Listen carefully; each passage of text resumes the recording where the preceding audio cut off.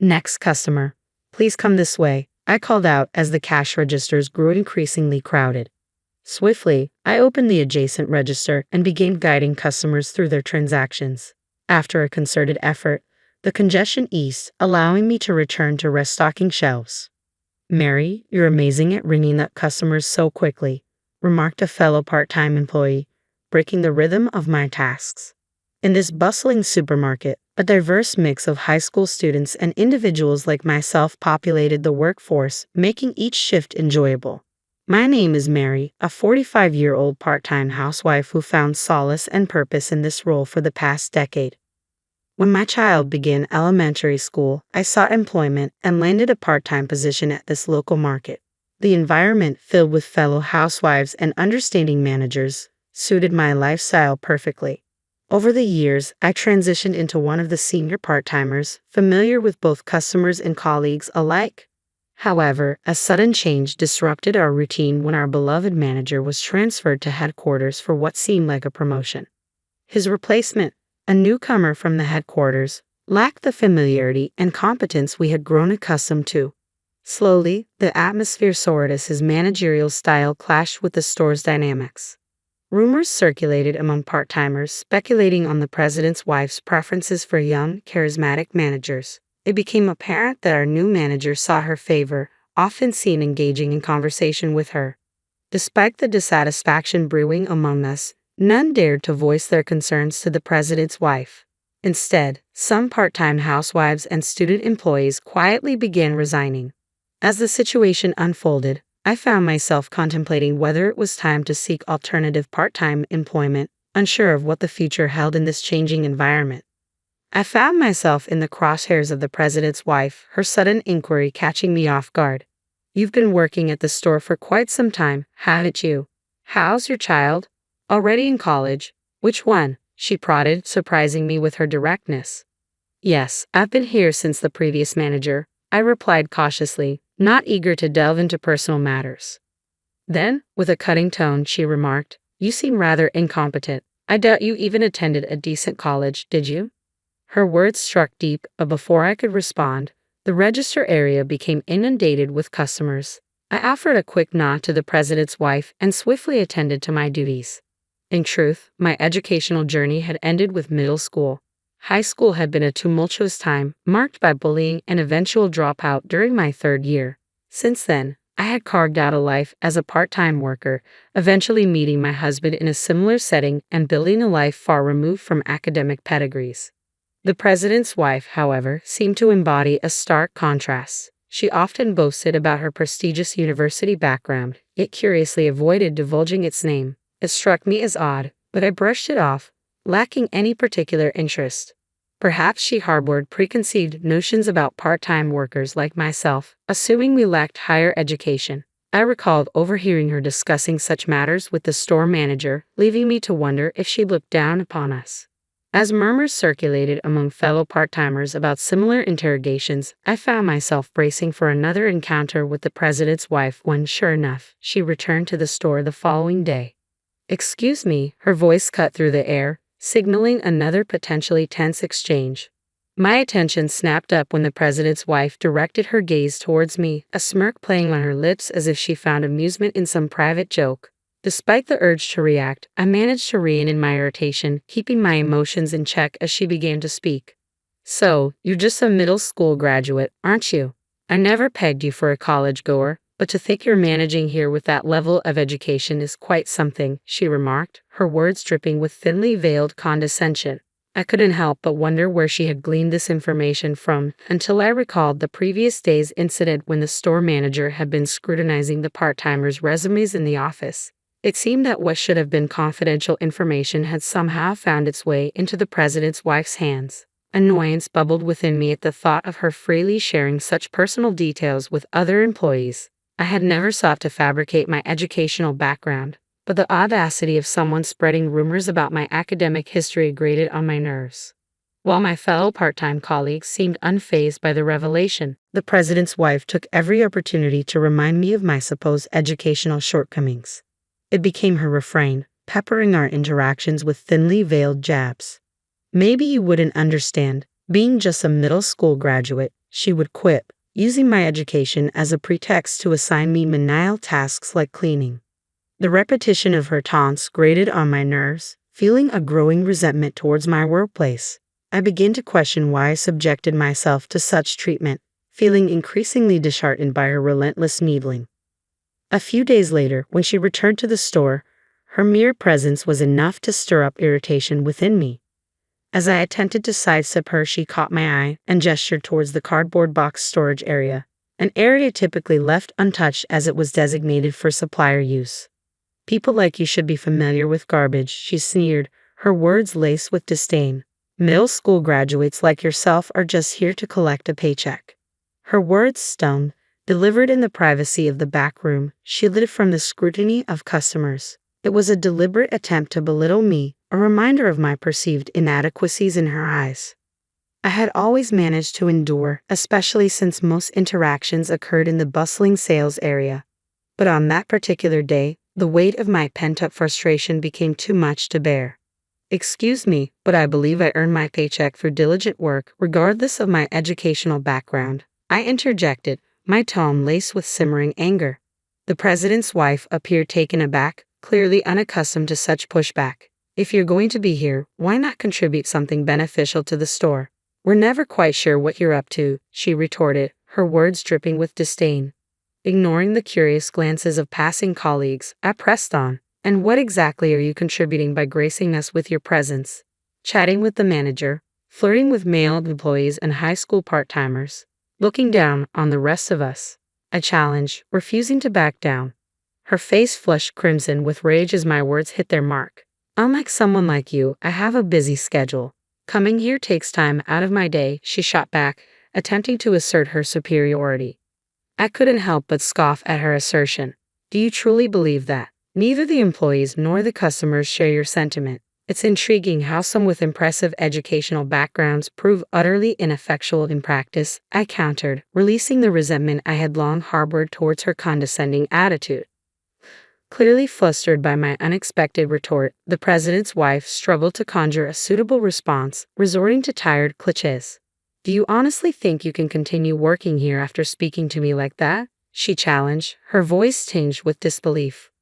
Without hesitation, I delivered my final verdict. "Then I'll resign," I declared, refusing to tolerate any further belittlement. In response, the president's wife let out a mocking laugh. "Well, that'll save us on labor costs," she sneered, her words dripping with derision. I returned the smile, nodding in agreement. "Yes, that's right. Good for you," I affirmed before making my way towards the locker room. Inside, I found a fellow part-timer who had witnessed the earlier exchange. I poured out the details of what had transpired, recounting the frustrations that had been building up. "Mary, are you really quitting?" she asked, her expression reflecting the sadness of our shared experiences over the years. "It just hasn't been the same since the manager changed. It feels like we're only here out of obligation," I confided, echoing her sentiments. "With so many people leaving, you'd think they'd hire more staff, but they'd rather cut costs." She nodded in understanding. "It's becoming unbearable. I don't blame you for wanting out." Leaving the locker room behind, I headed towards where the manager and the president's wife were engaged in conversation. Without preamble, I made my intentions clear. "That's it, I'm done," I stated firmly, meeting their surprised gazes head-on. The president's wife chuckled, seemingly amused by the news. "So, the junior high school graduate is calling it quits. I wonder where someone like you will find work," she remarked, her tone dripping with condescension. I refused to let her words rattle me. "Even if I have nowhere else lined up, I won't be coming back here. I'll return my uniform next week. Thank you for everything," I declared, feeling a weight lift off my shoulders. As I exited the supermarket, a sense of relief washed over me. The following week, when I returned to return my uniform, I found the store abuzz with commotion. The manager was being berated by irate customers near the cash register, suggesting some sort of transaction error. Despite the chaos, I felt a sense of peace knowing that I had made the right decision to leave. With my resignation already settled, I made my way towards the office to return my uniform. As I approached the door, the unmistakable voice of the president's wife reached my ears, giving me pause. Reluctantly, I pushed the door open, finding the former manager inside. Despite his new role at headquarters, my ingrained habit led me to address him as manager out of reflex. It seemed the president's wife had been engaged in conversation with him, but she hastily departed upon my arrival. "What happened at the register?" the former manager queried, his expression troubled. He proceeded to inform me of a spate of recent complaints at the store since my departure. With a cascade of resignations following mine, the store had been left scrambling to cope with the sudden exodus of part-timers and student workers. Though the manager attempted to fill in on the sales floor, his lack of familiarity with basic tasks like stocking shelves and operating the register led to a litany of customer complaints. Today's incident, however, involved a particularly embarrassing misstep. The president's wife, while conversing with a male employee, was mistaken for staff by a customer. Brushing off the inquiry, she exacerbated the situation when the manager inadvertently disclosed her true identity, sparking further discontent among patrons. As the register area swelled with customers, the absence of experienced part-timers compounded the chaos. Both unfamiliar employees and the manager found themselves manning the registers, resulting in numerous errors and lengthy delays. The escalating frustration among customers culminated in the manager facing a barrage of complaints, exacerbating an already tumultuous situation. Turning to me, the former store manager sought insight into the unfolding debacle, hoping for some semblance of understanding in the aftermath of my departure. When asked why I had decided to quit, I didn't hesitate to respond honestly. The former manager seemed genuinely interested in my reasons for leaving, and I felt it was only fair to provide him with the truth. In turn, he confided in me that he had heard rumors regarding the president's wife's educational background. While he lacked specific details, the word on the grapevine was that she had only graduated from high school. This revelation left me pondering the irony of her previous educational condescension. Could it be that the president's wife, with her supposed lack of higher education, was projecting her own insecurities onto others? It certainly made her seem all the more formidable and unpredictable. 2 weeks later, the supermarket I had once called my workplace stood deserted.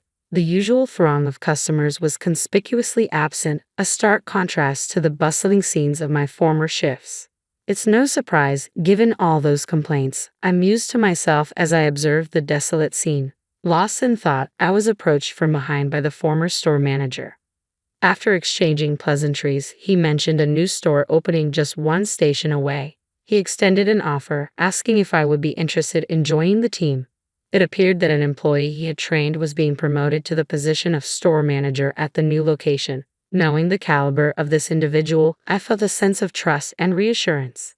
I nodded in agreement and wasted no time in reaching out to my former part-time comrades. Upon confirmation of my role at the new store, I discovered that some of my former colleagues would also be joining me, a comforting realization amidst the uncertainty of change.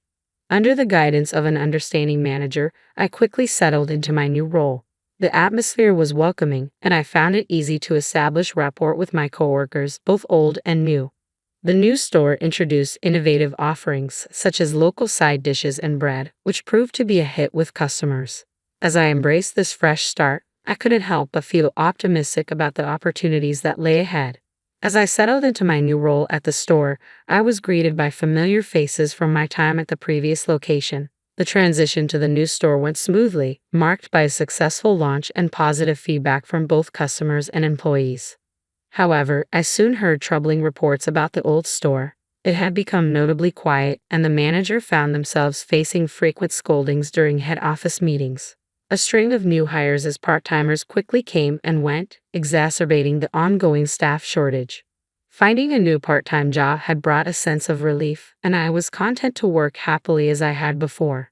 But about a month into my tenure at the new store, the president's wife made a surprising appearance before me. Her unexpected visit seemed to be aimed directly at me, as she wasted no time in addressing the rumors she had heard. "I heard there's a junior high school dropout working at our store again, so I came to check," she stated bluntly. I couldn't help but sigh at her accusatory tone. "What's the issue?" "I haven't done anything wrong," I replied, feeling unfairly targeted. She persisted, laying blame at my feet for the troubles at the old store. But I refused to accept her accusations. "Isn't it more accurate to say that you're the one engaging in power harassment?" I challenged, frustration simmering beneath the surface. Former colleagues from the previous store attempted to intervene. But I waved them off. I couldn't let them shoulder the blame for something they weren't responsible for. As a middle school graduate, I can't possibly be held accountable for all the employees quitting, I asserted, refusing to be intimidated. The president's wife's anger flared at my defiance, but I stood my ground, supported by nods of agreement from fellow part-timers. If you're having trouble understanding, let me spell it out for you. Your disdain for our educational backgrounds and the manager's incompetence have created a toxic environment, I explained, my words ringing with conviction. In the end, no one wants to endure power harassment while working part-time, and it was time for the president's wife to acknowledge the real issues at hand. When I accused the president's wife of power harassment, she immediately raised her voice in denial. "Are you trying to frame me without any evidence?" she retorted, her tone sharp with indignation. Just as she attempted to grab hold of me, the manager intervened, asserting firmly, "Can you please stop doing that to our part-timers?" Despite the risk to his own position, the manager stood his ground. "I am the manager of this store, and it's my duty to protect the employees. I will fulfill my role, whether you're the president's wife or not," he declared, earning applause from the other part-timers. With a resigned sigh, I reached for my smartphone. "I have evidence of power harassment," I stated calmly before playing a video. The footage showed the president's wife berating another part-timer at the previous store, clearly demonstrating a pattern of abusive behavior. As more part-timers stepped forward with their own recordings, it became evident that we had all experienced her mistreatment. "We're going to sue her," I announced, met with resolute nods of agreement from my colleagues and the manager. Furious at the manager's defiance, the president's wife impulsively fired him on the spot. But to her dismay, I revealed that I had recorded her dismissal as well, ensuring the manager's protection.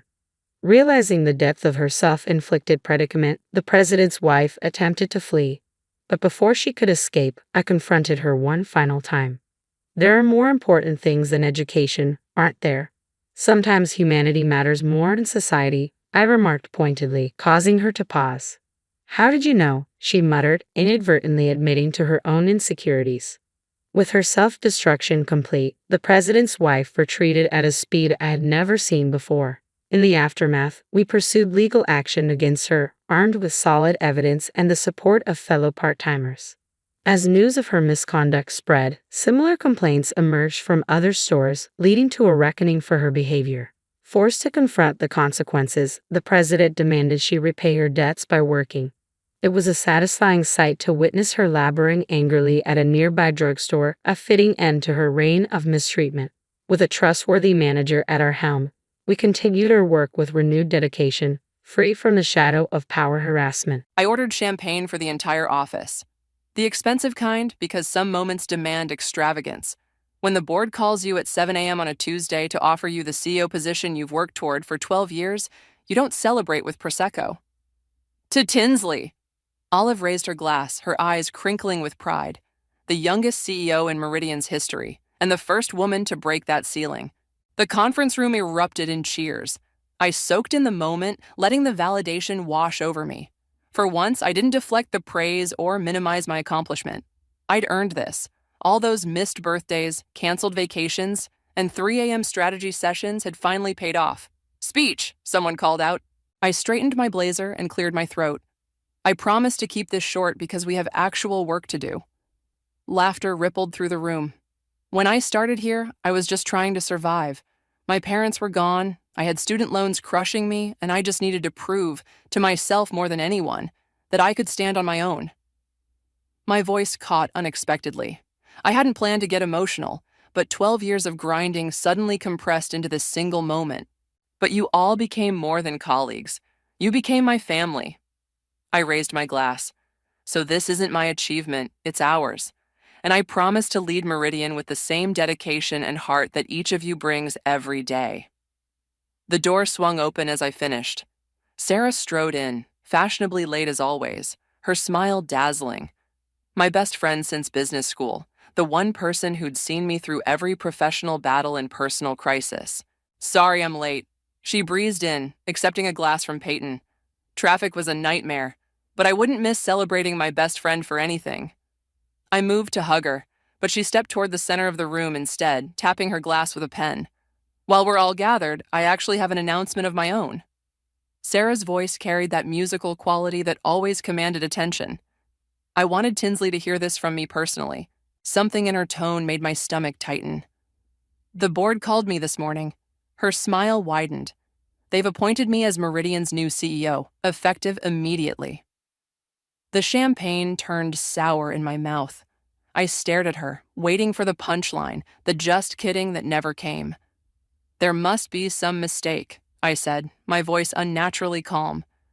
The board called me this morning, Chairman Elliott himself. Sarah's expression shifted to something resembling pity. Oh, Tins, that was the preliminary call. They wanted your input as a valued executive, but the final decision came down after further deliberation. The room had gone completely silent. Faces turned from Sarah to me, then awkwardly away. That's not possible, I said, louder now. I have the offer letter. I've already accepted. You received a draft, Sarah corrected, her voice gentle but firm. If you check your email, you'll see the board's final communication. They felt my connections with Westridge Investments would better position Meridian for the merger. My phone was already in my hand, email open. There it was, a message from Chairman Elliott sent 30 minutes ago. Subject line, CEO position update. I scanned it quickly, each word a fresh cut. After careful consideration, alternative candidate, appreciate your continued contributions. Regret any miscommunication. You knew. The realization hit me like physical pain. You knew they were considering you when I told you about my call this morning. Sarah's smile faltered slightly. Business is business, Tins.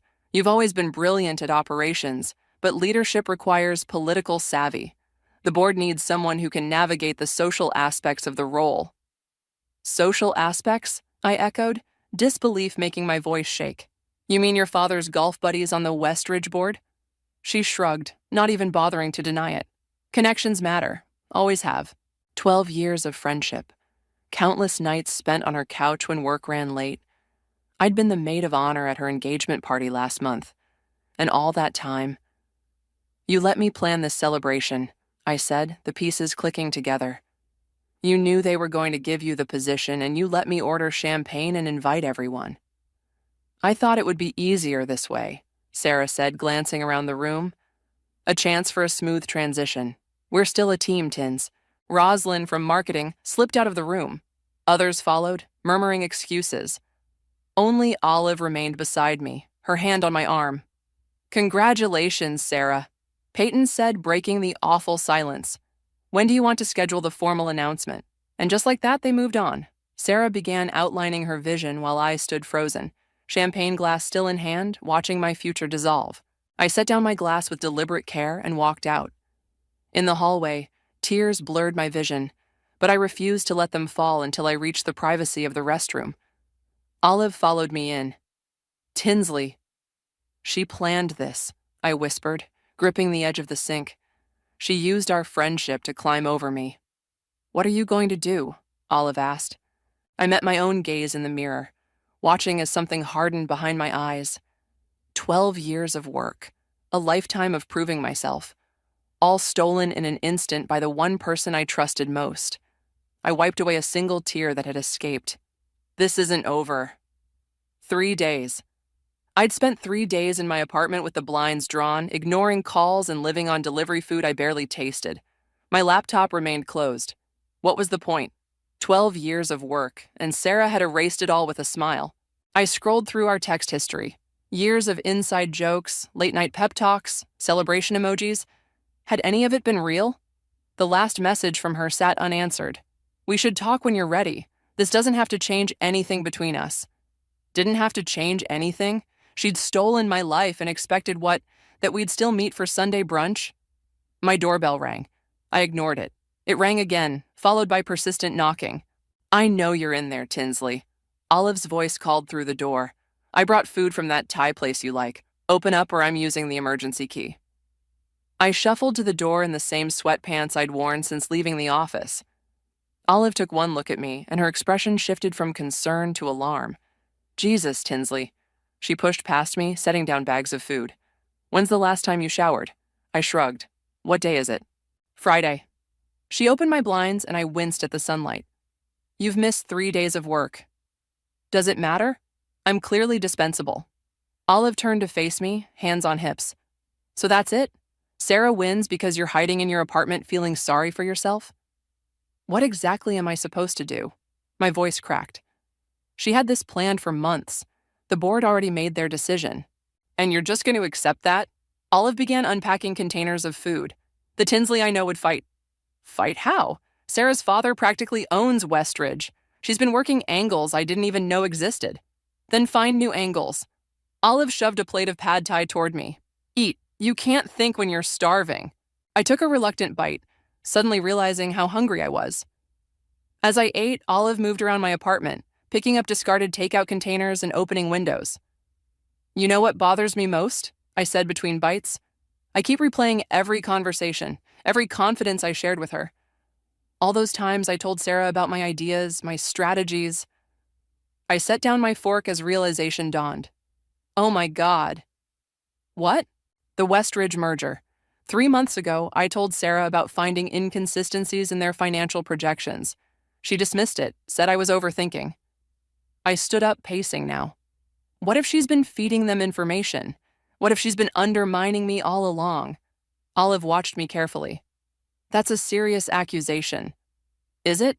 She let me plan a celebration for a job she knew I wouldn't get. What wouldn't she do?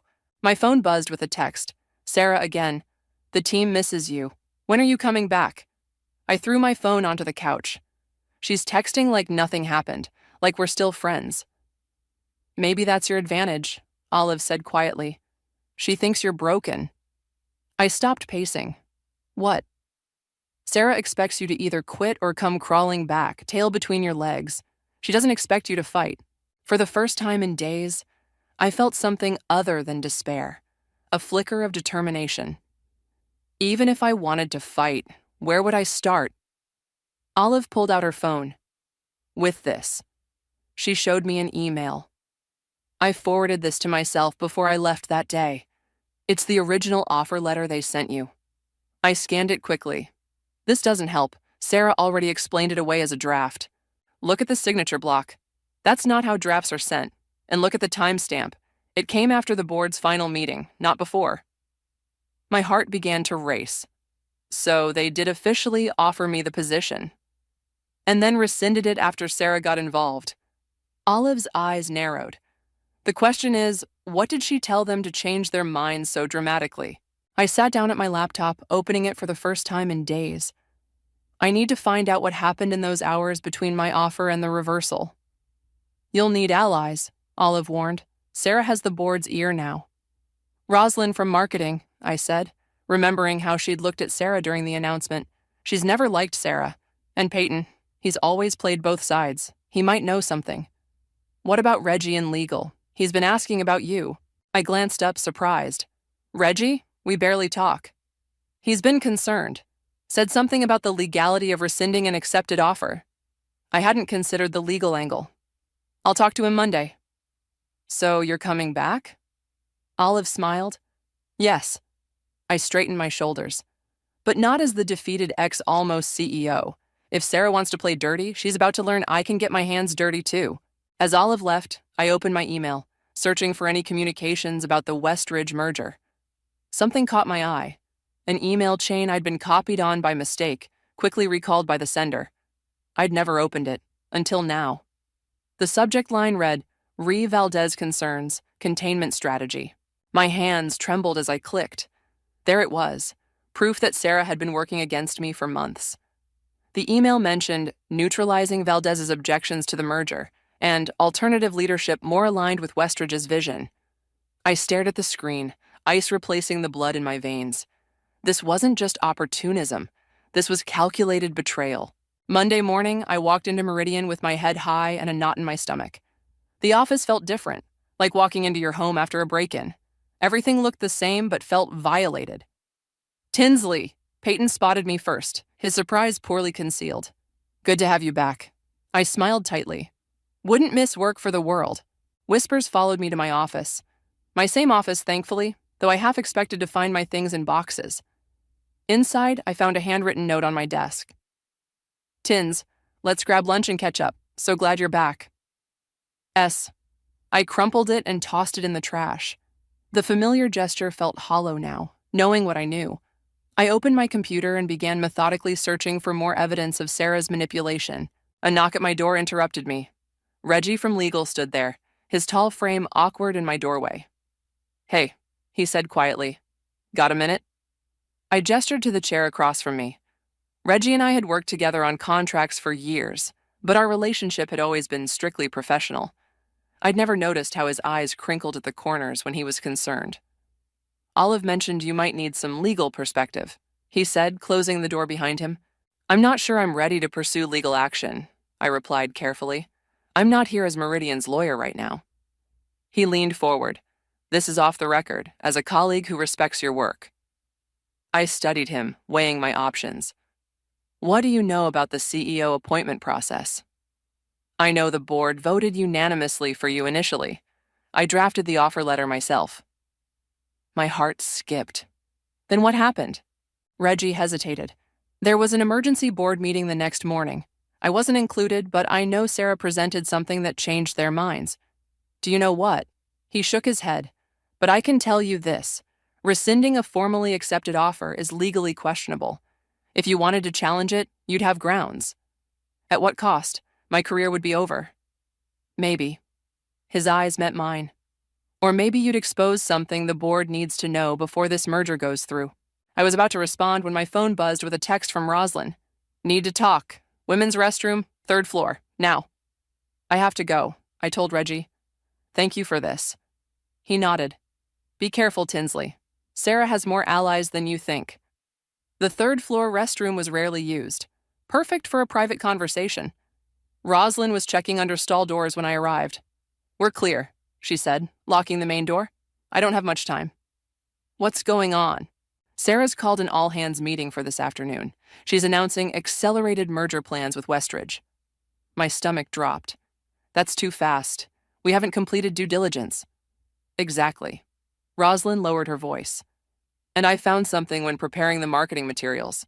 The numbers don't add up. Westridge is overstating their client base by at least 30%. "The same discrepancy I found months ago," I murmured. "I told Sarah about it." "Well, she's buried it. The board presentation omits all those details." Roslyn handed me a flash drive. "This has the original data sets before they were cleaned up for the board." I stared at the tiny device. "Why are you helping me?" Roslyn's expression hardened. 2 years ago, I was up for the marketing director position.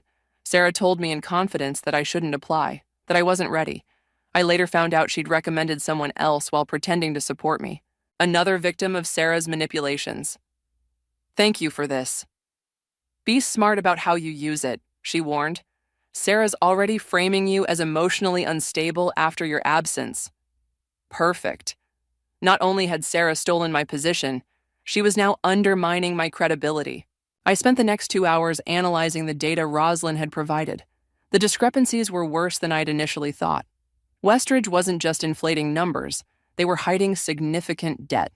This merger would be disastrous for Meridian. At 2 p.m., I slipped into the back of the conference room for Sarah's all-hands meeting. She stood at the front, radiant in a power suit, outlining her vision for Meridian's future. "The Westridge merger represents a transformative opportunity," she was saying.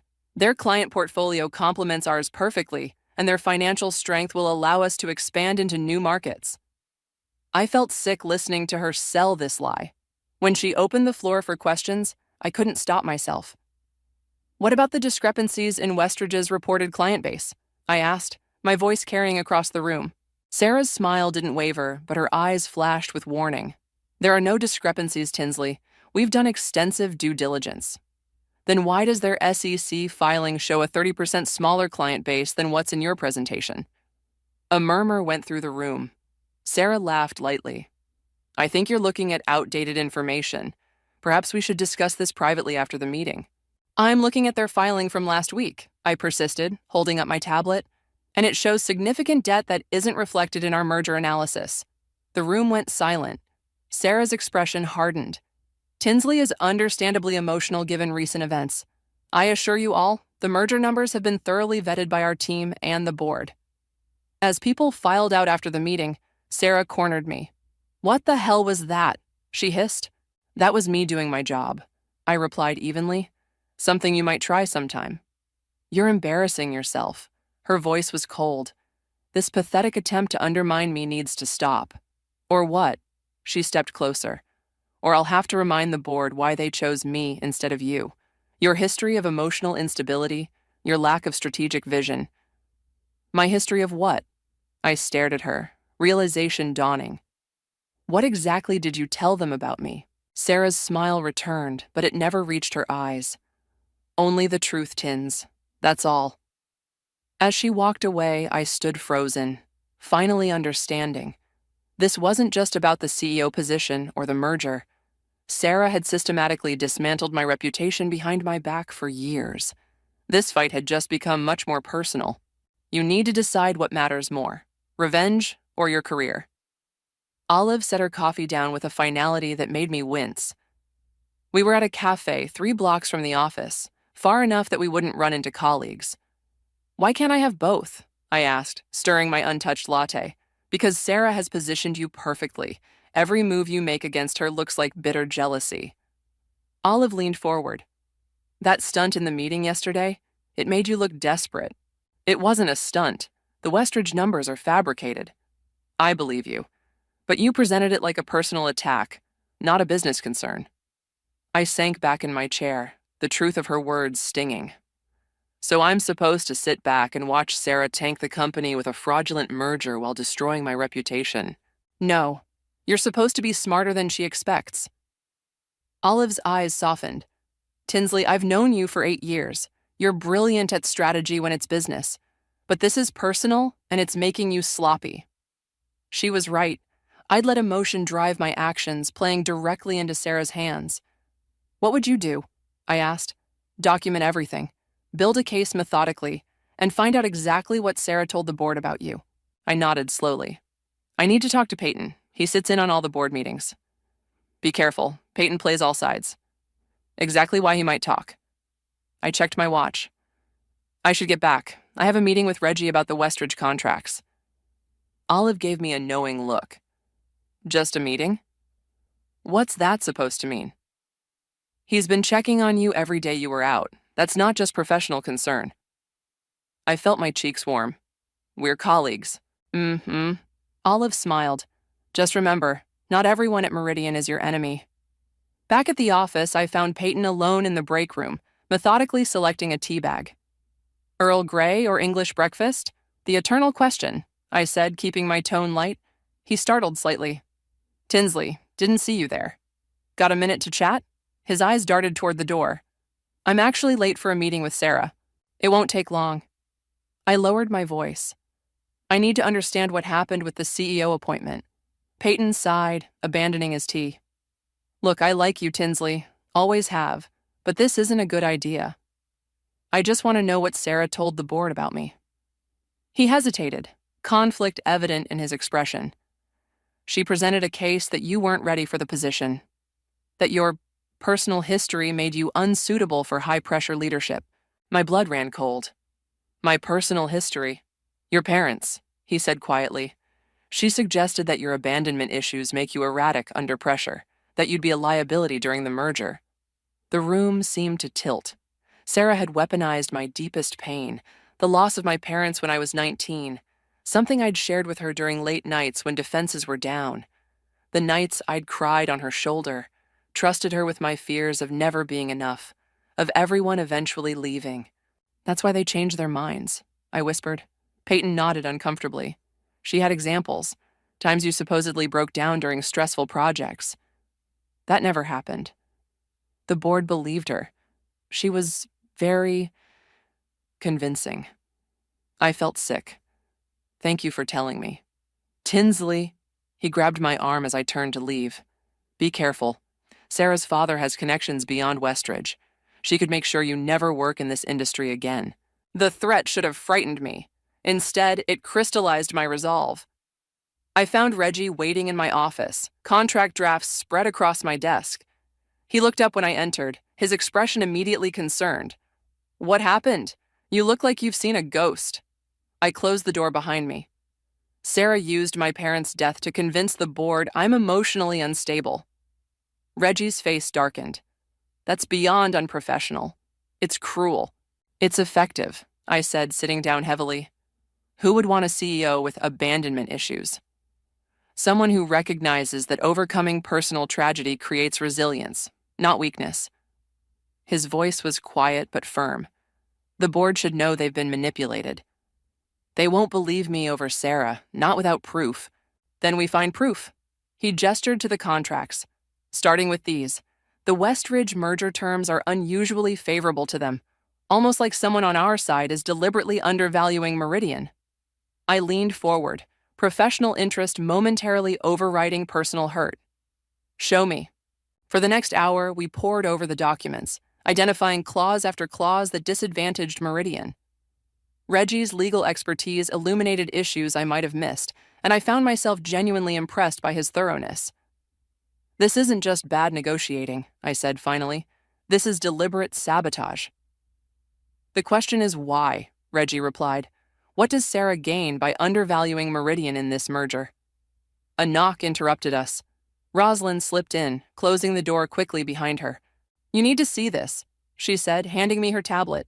Sarah just announced her engagement party. It's this Saturday. I stared at the screen. There was Sarah, beaming beside her fiancé Bradley, announcing an intimate celebration at the Westridge Country Club. Look who's on the guest list, Rosalind said, scrolling down. The entire Meridian board was invited, along with the Westridge executives. She's using her engagement party to finalize the merger details, I realized. Away from the office, away from scrutiny. Away from you, Reggie added. You're conspicuously absent from that invitation list. I handed the tablet back to Rosalind, a plan forming in my mind. I need to be at that party. Tinsley, no, Rosalind warned. That's exactly the kind of emotional reaction she's expecting. I'm not going to make a scene, I said, but that party is where everyone with power will be gathered. If I'm going to expose what Sarah's doing, that's my opportunity.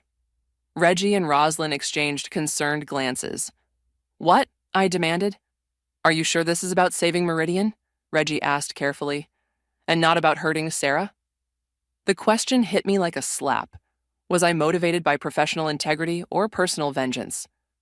The line had blurred so completely I couldn't tell anymore. Does it matter? I finally asked. If the end result is stopping a fraudulent merger? It matters to you, Reggie said simply, and what this does to you matters to me. The unexpected tenderness in his voice caught me off guard. Before I could respond, my phone buzzed with an email notification. From Sarah.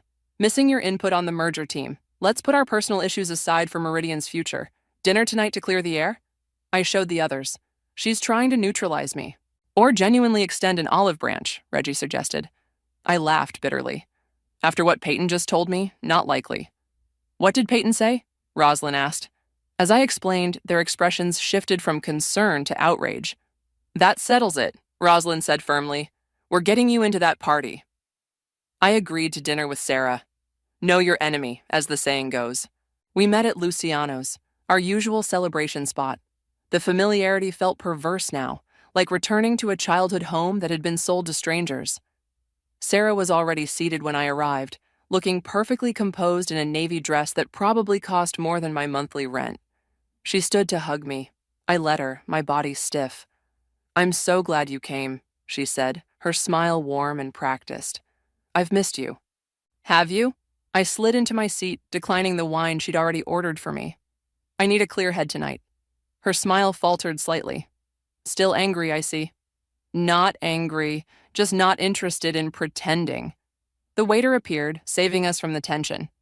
We ordered, she got her usual salmon. I chose something different from my regular order. Even that small deviation felt like a declaration. I meant what I said in my email, Sarah began once we were alone. I value your input on the merger. No one understands Meridian's operations like you do. Interesting pivot, I replied. Yesterday I was emotionally unstable. Today I'm indispensable. She sighed. That was unfortunate timing. You blindsided me in that meeting. Like you blindsided me with the CEO announcement?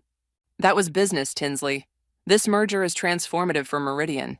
The board needed someone with established connections to Westridge. Someone like you, whose father conveniently sits on their board? Sarah's expression hardened momentarily before smoothing back into concern. I know you're hurt, but this self-destructive crusade isn't like you. People are worried. Which people? The board members you told about my abandonment issues? Her fork clattered against her plate. Peyton talked to you. Did you think he wouldn't? Did you think I wouldn't find out how you used my parents' death against me? Sarah leaned forward, voice low. I presented relevant concerns about leadership qualities. That's all. You betrayed my confidence. You took the most painful part of my life and weaponized it. I did what was necessary for Meridian's future. No, I said, my voice steady despite the anger churning inside me. You did what was necessary for Sarah's future. Don't pretend this is about the company. She studied me, calculation replacing pretense. What do you want, Tinsley? A bigger role in the merger? A promotion? Name it, and we can move past this unpleasantness. The casual offer stunned me. She thought I could be bought off, my dignity traded for a title. I want you to withdraw from the Westridge merger, I said. The numbers are fabricated and you know it. Sarah laughed, the sound brittle. That's not happening. The merger proceeds next week after my engagement party. Then I'll take what I've found to the board. With what evidence? The board trusts me, not the emotionally compromised executive who's clearly bitter about losing a promotion. She was right, and we both knew it. I'd need irrefutable proof to overcome the narrative she'd created. This isn't you, Tinsley, she continued, her voice softening. We've been friends for 12 years. Are you really willing to throw that away over a job title? This isn't about the title. It's about you using our friendship to advance yourself while systematically undermining me. That's not... How long? I interrupted. How long have you been planning this? Something shifted in her eyes, a flicker of truth breaking through the performance. Since the Harrington acquisition, she admitted. When you got the credit for the deal, I helped structure. 3 years. She'd been plotting this for 3 years, all while being my maid of honor, my confidant, my supposed best friend. I never took credit for your work, I said quietly. I always acknowledged your contribution. In private, but the board saw you as the rising star. I was just supporting cast. The raw jealousy in her voice was almost shocking. All this time, while I'd trusted her completely, she'd been tallying perceived slights and planning her revenge. We're done here. I stood up, throwing cash on the table for my untouched meal. Tinsley, wait. She grabbed my wrist. Don't do anything you'll regret. My father can make one phone call and end your career anywhere in this industry. I pulled my arm away. Threats now? At least we're finally being honest. Outside, the cool night air did nothing to calm the storm inside me. I walked aimlessly, eventually finding myself at a small park where Sarah and I used to eat lunch when we were both starting out. Before titles and corner offices mattered, before she decided I was competition instead of family. My phone buzzed with a text from Reggie. How did it go? I called him instead of texting back. When he answered, the concern in his voice broke something in me. I told him everything. Sarah's admission, her threats, my helplessness. Where are you? He asked when I finished. Riverside Park. Stay there. I'm coming to get you. 20 minutes later, his car pulled up. I got in without a word, exhaustion suddenly overwhelming me. My place is closer, he said. I'll make coffee and we can figure this out. His apartment was exactly what I expected. Minimalist, orderly, with overflowing bookshelves, the only sign of personality. He made coffee while I sank onto his couch. She's been planning this for years, I said, staring into the mug he handed me. Everything was calculated. Then we need to be equally calculated, he replied, sitting beside me. Sarah's right about one thing. You need irrefutable evidence to take to the board, which I don't have. Not yet, he hesitated, but I might know how to get it. I looked up. How? The engagement party? Bradley, Sarah's fiancé. He works in Westridge's finance department. So? So I play golf with him occasionally. He's mentioned having concerns about some of the company's reporting practices. Hope flickered faintly. You think he'd talk to us? To me, maybe, if I can get him alone at the party. Which I'm not invited to. Reggie's expression turned determined. Then we get you in another way, as my +1. Sarah would spot me immediately. Not if you're working behind the scenes. I go as a guest, you come as staff. The country club is hiring extra servers for the event. The audacity of the plan jolted me out of my despair. You want me to pose as a server at Sarah's engagement party? It gets you in the room. It gives us a chance to find proof. It was risky, potentially humiliating, and absolutely not what a former CEO designate should be doing. It was also our only shot. Okay, I said, newfound determination replacing defeat. Let's do it. Reggie smiled, relief evident in his expression. There she is. I was worried we'd lost you. Lost me? The Tinsley who never backs down from a challenge. His hand covered mine briefly. The one I've always admired. The unexpected touch, the sincerity in his voice, it cut through my emotional armor in a way I wasn't prepared for. For the first time in days, I felt something beyond anger and betrayal. I felt hope. Keep your head down and don't make eye contact with the guests. The catering manager adjusted my bow tie with brisk efficiency. Water glasses stay full, empty plates disappear quickly. Questions? No, ma'am. I balanced the tray of champagne flutes, feeling ridiculous in the server's uniform. The black pants were too long, the white shirt too tight across my shoulders. Good. The first guests arrive in 20 minutes. She moved on to the next server, leaving me alone with my nerves.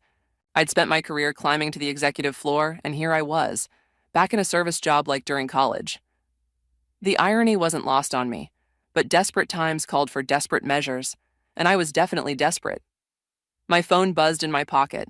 A text from Reggie. Just arrived. Remember the plan? Be careful. The plan seemed simple enough. I'd work the party, staying invisible to Sarah while listening for useful information. Meanwhile, Reggie would corner Bradley and probe for Westridge's financial irregularities. We'd meet at midnight in the coat check room to compare notes. Simple except for the knot of anxiety in my stomach. If Sarah spotted me, my career wouldn't just be derailed, it would be obliterated. The Westridge Country Club ballroom filled quickly. Board members mingled with executives, champagne flowing freely. I kept my gaze lowered, moving through the crowd with practiced invisibility. Champagne, sir? I offered to an older man I recognized as Sarah's father. He took a glass without looking at me. Telling you, once this merger goes through, we'll have salvaged the situation completely, he was saying to another board member. Meridian's client list alone covers our shortfall. I lingered, pretending to arrange my tray. The SEC inquiry won't matter by then? The other man asked. Not once we've consolidated assets. The timing is tight, but more champagne over here, please. A sharp voice cut through my eavesdropping. I turned to find Valerie, Sarah's friend from college, staring at me with narrowed eyes. I nodded and moved away, pulse racing. SEC inquiry? What shortfall needed salvaging? Across the room, I spotted Reggie chatting with Bradley near the bar. Bradley looked uncomfortable, tugging at his collar repeatedly. Reggie caught my eye briefly, giving an almost imperceptible nod. For the next hour, I circulated carefully, collecting fragments of conversations. The picture emerging was disturbing. Westridge wasn't just cooking their books. They were under preliminary investigation by the SEC. The merger with Meridian wasn't a strategic partnership. It was a lifeline for a drowning company. And Sarah knew. She had to know. I was refilling water glasses at a table of Meridian board members when I heard my name. Shame about Tinsley. One of them was saying, she had potential. Sarah made the right call bringing her concerns to us, another replied. Can you imagine if we'd announced Tinsley as CEO, only to have her fall apart during the merger? Still, using her personal tragedy against her seems harsh. Business isn't about being nice, it's about results, and Sarah delivers results. I gripped the water pitcher so tightly my knuckles turned white. Stay invisible, I reminded myself. The mission matters more than your pride. At 11:30, I slipped away to the restroom, needing a moment to collect myself. I splashed cold water on my face, breathing deeply. The door swung open. Sarah walked in, radiant in a silver gown. Our eyes met in the mirror. Time stopped. Tinsley? Her shock quickly transformed into cold fury. What the hell are you doing here? I straightened, abandoning all pretense. Gathering evidence that you're knowingly merging Meridian with a company under SEC investigation. You're insane. She glanced toward the door. And trespassing. I'm calling security. Go ahead, I'll tell them, and everyone at this party, exactly what I've learned tonight. Sarah's hand froze halfway to her clutch. You're bluffing. Westridge is using Meridian to cover financial irregularities. Your father practically admitted it to another board member. Something flickered in her eyes. Not guilt, but calculation. You don't understand what you're talking about. I understand perfectly. You're sacrificing Meridian to save your future father-in-law's company. I'm securing Meridian's future, she hissed. Westridge has temporary cash flow issues, that's all. The merger benefits both companies. That's not what your fiancé thinks. Her eyes widened. What? Bradley has concerns about Westridge's reporting practices. Seems he's been talking to Reggie about them.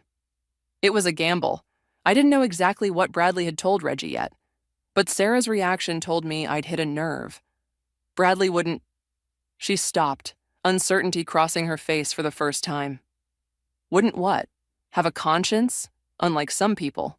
Sarah stepped closer, voice dropping to a dangerous whisper. Listen carefully. You have exactly one chance to walk away from this. Leave now, keep your mouth shut, and I'll make sure you land somewhere decent after the merger.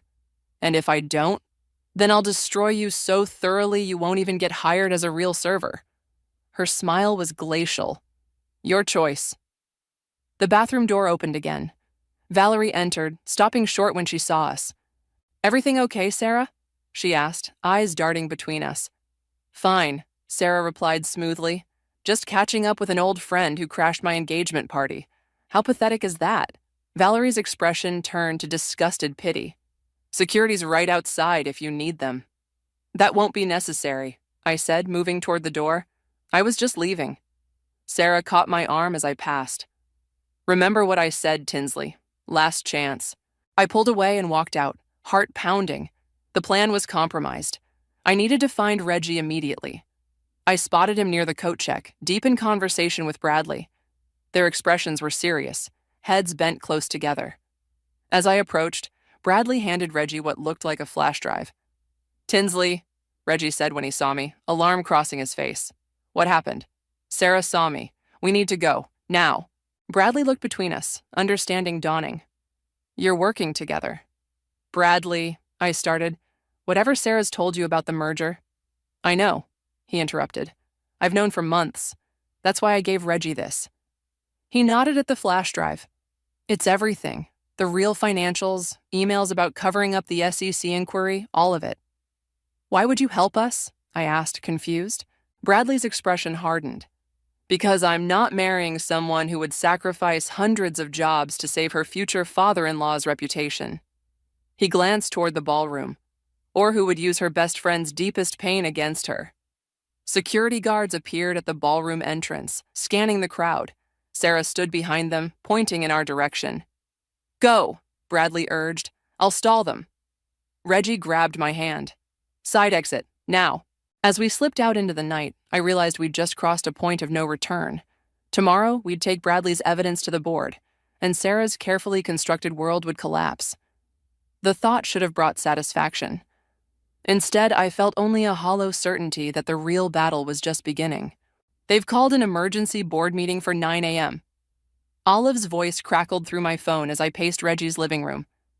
We'd spent the night analyzing Bradley's files, building an airtight case against the merger. Did they say why? I asked, though I already knew. Sarah would be scrambling to contain the damage. No, but Sarah's been making calls all night. Whatever you did at that party has her spooked. I glanced at Reggie, who was organizing our presentation materials. We'll be there. Make sure everyone attends. After hanging up, I sank onto Reggie's couch, exhaustion hitting me in waves. What if this backfires? What if they don't believe us? Reggie sat beside me, his shoulder touching mine. The evidence speaks for itself. Bradley's files show clear intent to defraud. Sarah will say I fabricated everything out of jealousy.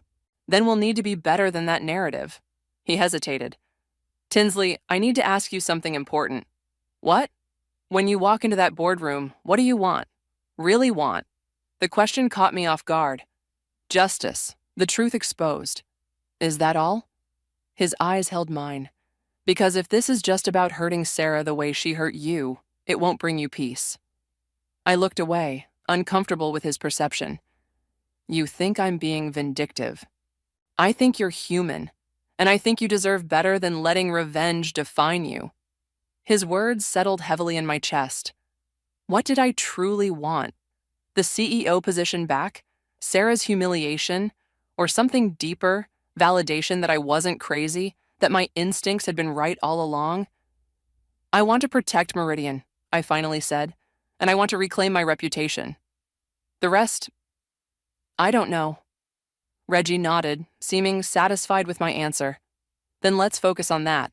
We arrived at Meridian 30 minutes early, finding Olive waiting in the lobby. Her expression was grim. Sarah's already upstairs with the board, she said, and she's brought her father. My stomach tightened. She's trying to intimidate them. It's working. Half the board looks terrified. We took the elevator in tense silence. As the doors opened on the executive floor, Reggie squeezed my hand briefly. Remember why we're here. The boardroom fell silent as we entered. Sarah sat at the head of the table, my rightful place, with her father beside her. Her smile was brittle when she saw me. Tinsley, this is a closed meeting. I've invited her, said Chairman Elliott, surprising me. Given the serious nature of the allegations, all parties should be present. Sarah's composure slipped momentarily. What allegations? Perhaps you should tell us, I said, setting my laptop on the table. About Westridge's SEC investigation, or the fabricated client numbers, or how this merger is actually a bailout for your future father-in-law's failing company. Murmurs rippled around the table. Sarah's father leaned forward, his voice cold. Those are slanderous accusations. They're documented facts, Reggie countered, distributing folders to each board member. Everything is in those packets, including emails between Westridge executives discussing how to hide their financial problems until the merger is complete. This is absurd, Sarah laughed, but I could see the calculation in her eyes. Tinsley is clearly fabricating evidence because she's bitter about losing the CEO position. The evidence came from Bradley, I said quietly. Sarah froze. What? Your fiancé provided these files. He's been documenting Westridge's deception for months. The color drained from her face. That's not possible. He was at the country club last night, Reggie added. He gave us everything. Sarah's father stood abruptly. This meeting is over. Our legal team will address these baseless claims. Sit down, Richard, Chairman Elliott said firmly. No one's leaving until we understand exactly what's happening. For the next 30 minutes, Reggie and I walked the board through the evidence. The emails were damning. Explicit discussions about hiding debt, inflating client numbers, and using Meridian's resources to cover Westridge's shortfalls. With each revelation, Sarah's expression hardened. When we finished, Chairman Elliott removed his glasses, looking troubled. Sarah, how do you explain this? It's clearly been manipulated, she insisted. Tinsley has technical skills. She could easily have altered these documents. The metadata proves authenticity, Reggie countered, and Bradley is prepared to testify to their validity. Bradley is confused, Sarah's father interjected. He misunderstood normal business discussions. Then explain this email, I said, projecting a message onto the screen. From you to Sarah, dated 3 months ago. The SEC inquiry is gaining momentum. We need to accelerate the Meridian merger before our Q3 filings. The room went silent. Sarah and her father exchanged glances.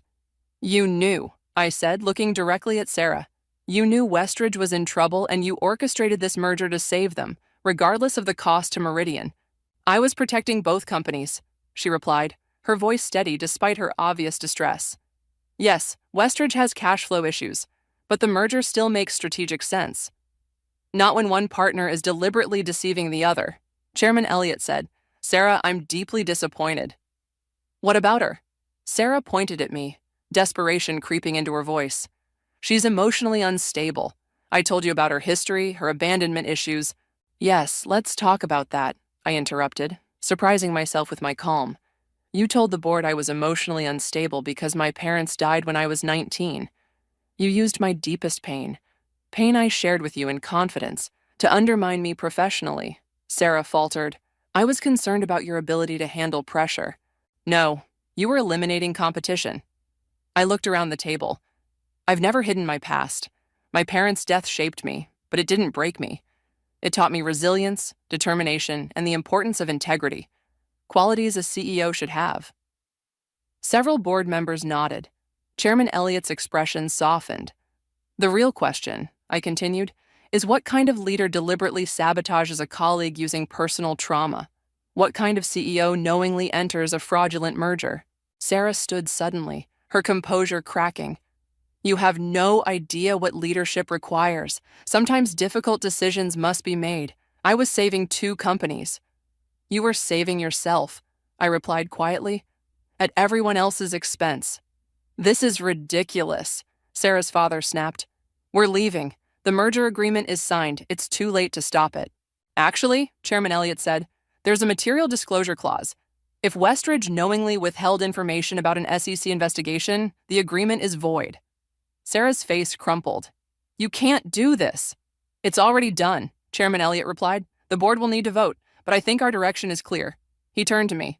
Tinsley, would you and Reggie give us the room? We need to discuss next steps. As we stood to leave, Sarah grabbed my arm. You've ruined everything, she hissed. Are you happy now? I looked at her, really looked at her, and felt an unexpected wave of pity. No, Sarah, I'm not happy, but I am free. In the hallway, surrounded by the curious stares of colleagues, I finally allowed myself to breathe. Whatever happened next, the truth was out. I had reclaimed my voice, my dignity, and my future. And for now, that was enough.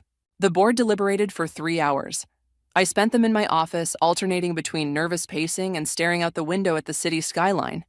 Reggie brought coffee. Olive stopped by with encouragement. Rosalind texted updates from the executive floor. But mostly, I sat alone with my thoughts. When my phone finally rang, Chairman Elliott's voice was formal. The boardroom, please. 5 minutes. I smoothed my blazer, checked my reflection in the darkened computer screen, and took a deep breath. Whatever their decision, I'd fought with integrity. That would have to be enough. The boardroom had emptied except for Chairman Elliott and 2 other members. No sign of Sarah or her father. Sit down, Tinsley. Chairman Elliott gestured to a chair, not at the head of the table, I noticed, but to his right. We've made several decisions today. I nodded, keeping my expression neutral despite my racing heart. First, we voided the merger agreement with Westridge. Our legal team is already preparing the necessary documentation. Relief flooded through me. That's the right call. Second, we've accepted Sarah's resignation effective immediately. I blinked, surprised it had happened so quickly. I see. Which brings us to you. He folded his hands on the table. Your actions in uncovering this deception were commendable. However, the manner in which you gathered information, infiltrating a private event, working with a Westridge insider, raises questions about judgment. My stomach sank. They weren't giving me the CEO position back. That said, he continued, your dedication to Meridian's well-being is unquestionable, and your presentation today demonstrated exactly the kind of leadership we need. He slid a folder across the table. Inside was an offer letter, not for CEO, but for Chief Strategy Officer, a newly created position. We're restructuring our leadership approach, he explained. The CEO position will remain open while we conduct a proper search. In the meantime, you'll lead our strategic initiatives, reporting directly to the board. I studied the offer. The compensation was excellent, the responsibilities substantial, but it wasn't what I'd been promised. I appreciate the offer, I said carefully, but I have a counter-proposal. Chairman Elliott raised an eyebrow. We're listening. I accept the CSO position with one condition. I met his gaze steadily. I want to be considered in the CEO search, on equal footing with external candidates. No prejudice based on Sarah's claims about my emotional stability. The board members exchanged glances. That's reasonable, Chairman Elliott finally said, but I should be transparent. We're considering a significant restructuring. The CEO role may look very different by the time we fill it. I understand. I just want a fair shot. Then we have a deal. He extended his hand and I shook it firmly. As I left the boardroom, a strange lightness filled me. I hadn't gotten everything I wanted, but I'd secured a path forward, on my terms. Reggie was waiting by the elevators. Well? CSO, I said. Not CEO, but a seat at the table. His smile was warm. They'd be fools not to see what you're capable of. Thank you, I said, suddenly overwhelmed by all he'd risked to help me. For everything. Partners look out for each other. His eyes held mine a moment too long, and I felt that same flutter from his apartment. The elevator doors opened, revealing Sarah. She was carrying a box of personal items, her expression stony. We all froze. "Excuse me," she said coldly, trying to step around us. I should have let her pass, should have taken the high road, but something made me reach out and stop the elevator door from closing. "Sarah." She looked at me, really looked at me, for the first time in months. Behind her anger, I glimpsed something unexpected. Fear. "What do you want, Tinsley? Come to gloat?" "No." I took a deep breath. I wanted to say I'm sorry it ended this way. She laughed bitterly. "Right, you destroyed my career and my engagement, but you're sorry. Bradley made his own choice, and you destroyed your career when you decided to lie to the board. Is that what helps you sleep at night?" "Nothing helps me sleep at night," I admitted. Not after learning my best friend of 12 years saw me as nothing but competition. Something flickered in her eyes. Regret, maybe, or just calculation. "We were never friends, Tinsley. We were two ambitious women in a world that only makes room for one of us at the top." "That's not true. I never saw it as a zero-sum game." "Then you were naive." She shifted her box. "Congratulations on your victory. Enjoy it while it lasts." As she walked away, I felt Reggie's hand on my shoulder. "You okay?" "Yeah," I said, surprised to find it was true. "I think I am." Back in my office, I found Olive waiting with a bottle of champagne, the same expensive brand I'd ordered for my ill-fated celebration. "Too soon?" she asked, seeing my expression. "Actually, perfect timing." I grabbed paper cups from my desk. "But let's invite Roslyn and Peyton too, and anyone else who stood by me." As Olive went to gather them, I stood alone in my office, the same office where this journey had begun. I'd lost a friend but gained clarity. I hadn't reclaimed the CEO title, but I'd reclaimed something more important, my sense of self-worth. My phone buzzed with a text from an unknown number. It was Bradley. "Meeting with SEC investigators tomorrow. Doing the right thing, finally. Thank you for showing me it's possible." I smiled, setting the phone down as my colleagues began filtering in, Reggie among them. He caught my eye across the room, raising an imaginary glass and a private toast. Olive handed me a cup of champagne. "Speech?" I looked around at these people. Not just colleagues, but allies who had seen my value when I doubted it myself. "To truth," I said, raising my cup, "and to the battles that show us who we really are." As we drank, I realized something profound. I'd spent 12 years trying to prove I was enough, to Meridian, to Sarah, to myself. But standing here now, I finally understood. I had always been enough. The only person who couldn't see it was me. And that, more than any title or corner office, was the real victory. I still remember the sound of my keys hitting the floor. Not a clatter or jingle, but a dull thud against the carpet that somehow echoed through my entire body. Funny how your brain photographs these moments, the keys splayed out like a crime scene, my wedding ring catching the light from our bedroom down the hall. Our bedroom, where my husband and my best friend were having sex. I stood frozen in the entryway of our home, the renovated craftsman that Alex and I had poured 4 years of weekends into.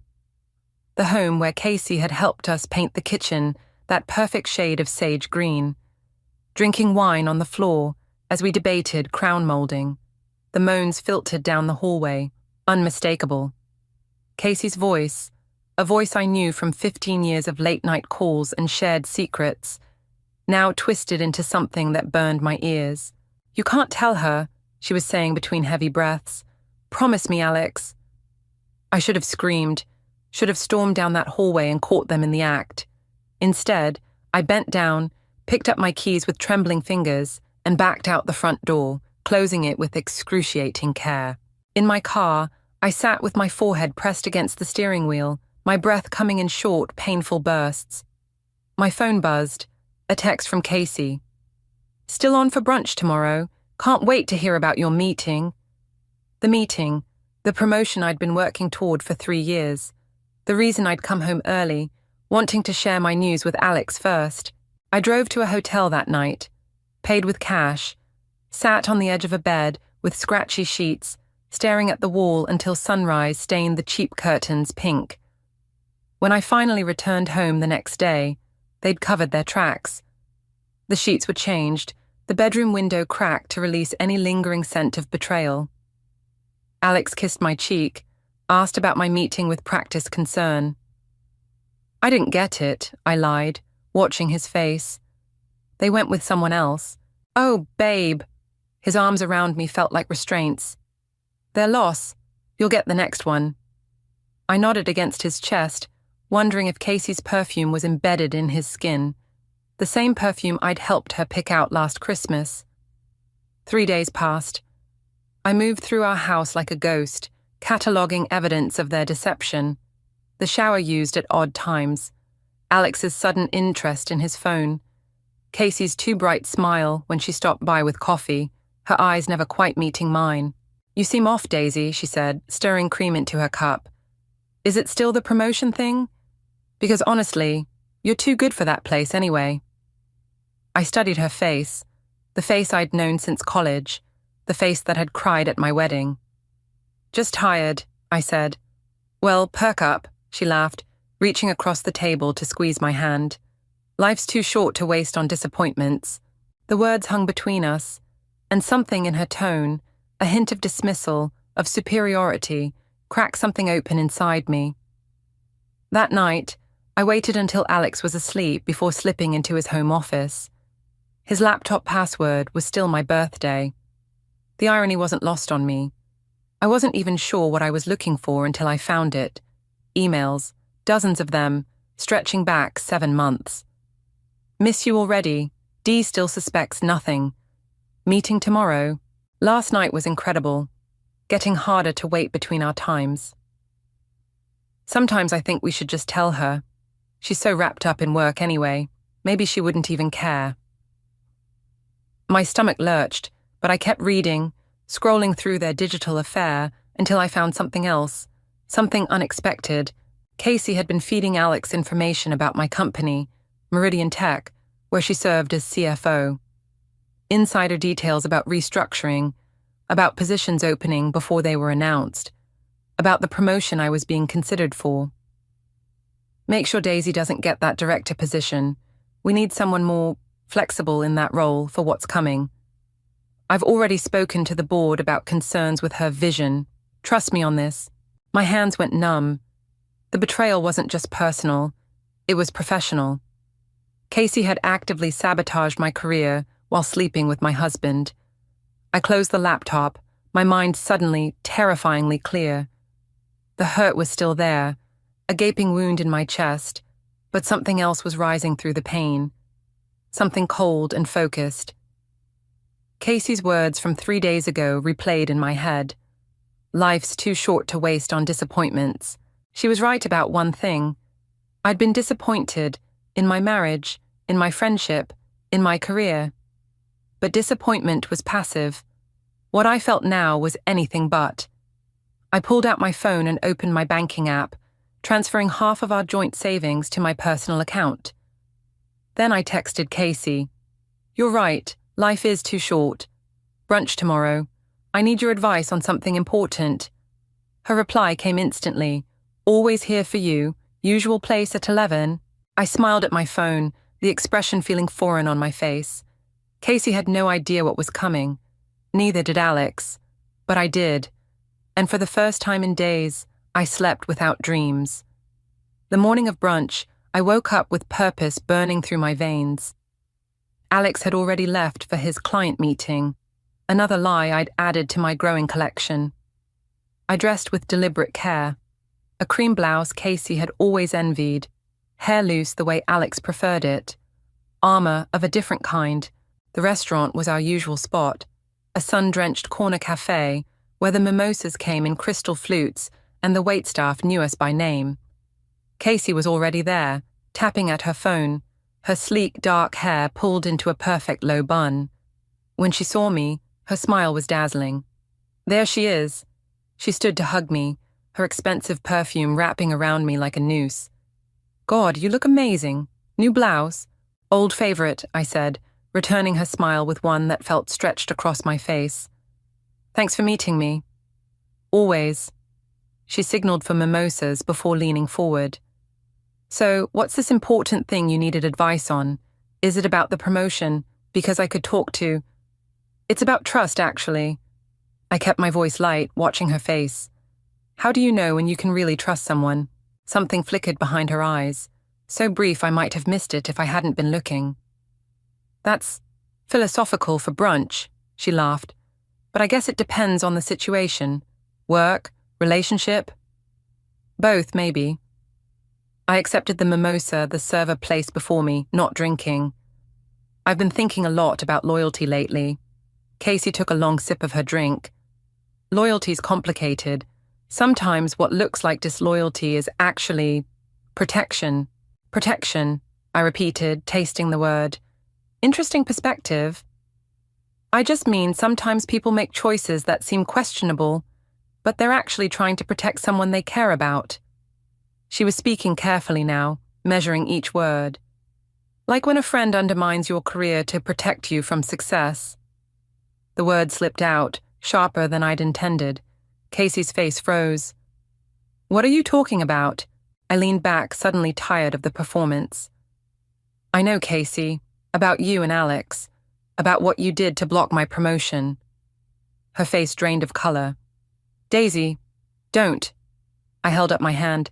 I saw the emails, all of them. The silence between us stretched, taut and dangerous. Around us, the restaurant continued its cheerful weekend buzz, oblivious to our implosion. It wasn't what you think, she finally said, voice low. Alex and I, it just happened. And the promotion, I was trying to protect you from a bad situation. The company's restructuring. That position is being eliminated in 6 months. Bullshit. The word felt good on my tongue. The board approved a 3-year budget for that department last quarter. I prepared the financial projections myself. Casey's eyes narrowed slightly. How would you know what the board... Because unlike you, I actually do my job instead of sleeping with my best friend's husband. I smiled, the expression feeling foreign on my face. You've always underestimated me, Casey. It's your biggest mistake. She reached for my hand. I pulled away. Daisy, please. Let me explain. It's complicated. No, it's actually very simple. I stood, dropping cash on the table.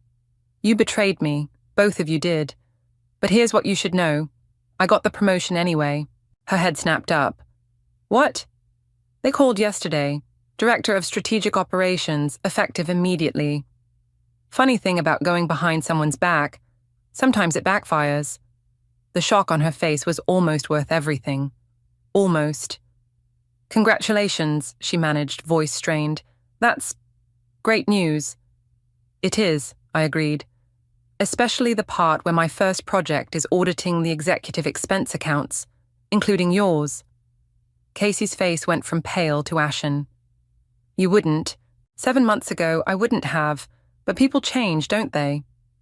I shouldered my bag. Oh, and don't worry about telling Alex. I'll handle that conversation myself. As I walked away, she called after me. Daisy, wait! You don't understand what you're doing. I didn't turn back. At home, I packed methodically. Clothes, important documents, the few family heirlooms I couldn't bear to leave behind.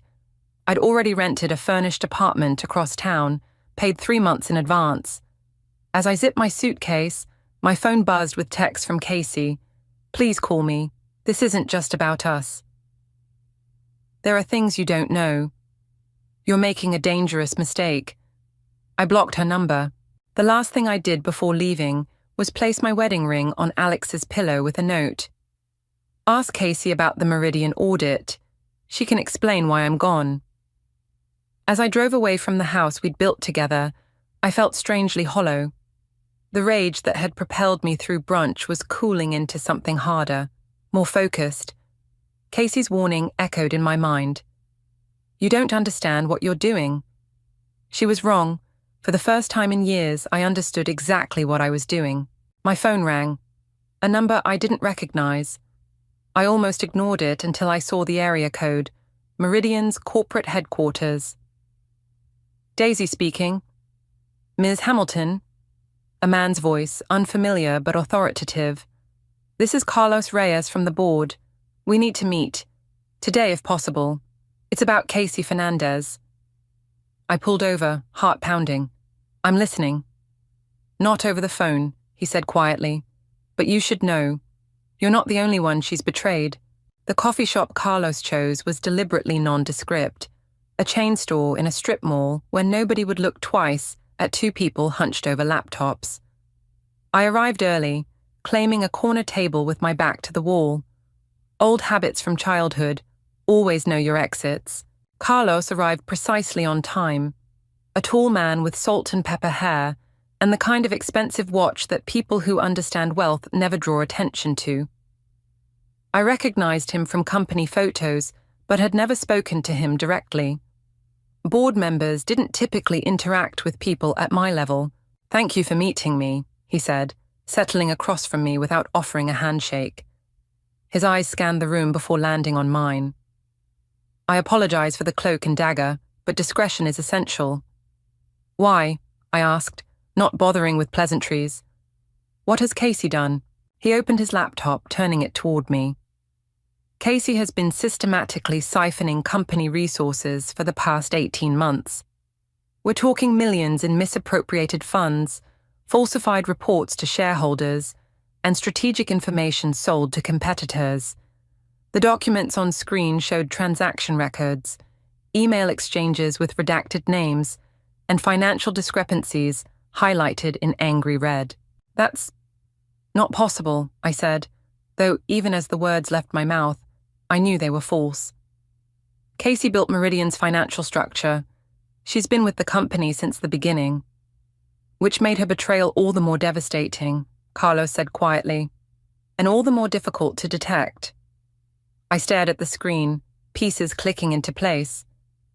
The audit I've been assigned is a cover. We needed someone with your financial acumen who wasn't part of Casey's inner circle. Someone who would notice the discrepancies without being complicit. He paused.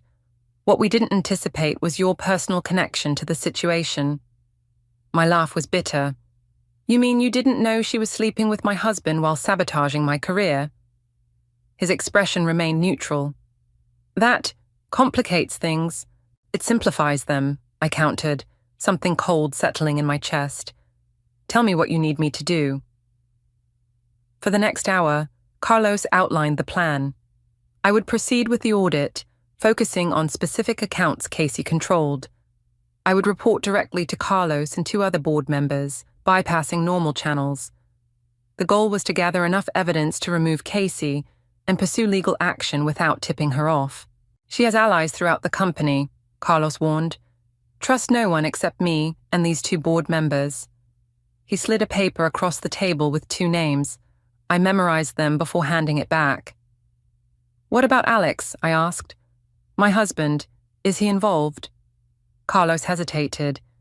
We don't have evidence linking him directly to the financial improprieties, but their relationship suggests he may know more than he's letting on.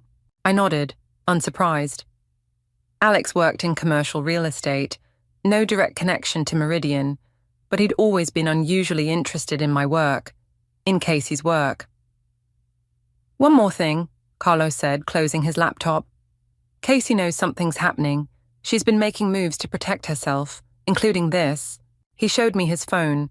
An email from Casey to the entire board, sent an hour ago, expressing grave concerns about my emotional stability and professional judgment following personal difficulties. My hands curled into fists under the table. She's trying to discredit me before I can expose her. Yes, and it might work if we don't move quickly. Carlos's eyes met mine. The question is, can you do this? Given everything, I thought about Casey's face at brunch, about Alex's arms around me while he lied, about 15 years of friendship and 7 years of marriage, all built on sand. I can do it, I said. I want to do it. Back at my new apartment, I spread out the files Carlos had given me, creating a timeline of Casey's activities. The pattern was sophisticated, but, once you knew what to look for, obvious. Small discrepancies compounding over time, money moving through shell companies, strategic decisions that benefited competitors, who then hired consulting firms, linked to those same shell companies. My phone buzzed with a text from an unknown number. "We need to talk. Please." Alex. My finger hovered over the block button, but something stopped me. If he was involved with Casey's schemes, keeping a line open might prove useful. "Nothing to talk about," I replied. "I know about the audit. Casey told me everything." "You're making a mistake, Daisy. These people will destroy you." My heart stuttered. "What people?" "The board isn't being straight with you. There's more going on. Meet me. Just once. For your own safety." I stared at the message, mind racing. Was this manipulation, or did Alex actually know something I didn't? Carlos had been forthcoming, but boards protected themselves first. Always. Before I could decide, another text came through. "Casey isn't who you think she is, but neither is Carlos. Check the Artemis files before you go any further." Artemis files. I'd never heard of them. I started typing a demand for explanation when my doorbell rang. Through the peephole, I saw a woman I didn't recognize. Tall, black, with close-cropped hair and intense eyes. She held up a Meridian ID badge. "Zariah Knight, Information Security." "Ms. Hamilton," she called through the door. "I need to speak with you about Casey Fernandez and about what Carlos Reyes isn't telling you." My phone buzzed again with Alex's message. "Don't trust anyone who comes looking for you, especially not from Meridian." I stood frozen between the door and my phone, suddenly aware that I had stepped into something far more dangerous than a love triangle or financial fraud. Whatever game was being played, I was no longer just a pawn. I was a player, and it was time to make my move. I opened the door with my phone in hand, finger hovering over the emergency call button. Up close, Zariah looked even more intense, the kind of person who never needed to raise her voice to command a room. "May I come in?" she asked, her voice low and measured. "That depends on why you're here." She glanced down the hallway. "I'd rather not discuss sensitive company information in a public space." I hesitated, then stepped aside. Self-preservation warred with curiosity, and curiosity won. Once inside, Zariah declined to sit, instead pacing the small living room with controlled energy. "I'll be direct. Carlos Reyes is using you." "Interesting opener," I said, keeping the door unlocked behind me. "Especially coming from someone who works for Casey." "I don't work for Casey. I work for Meridian's Security Division, which reports directly to the board." She stopped pacing. "The same board that's currently split into warring factions, with you caught in the middle." I crossed my arms. "Prove it." Zariah pulled out her phone, tapped a few times and handed it to me.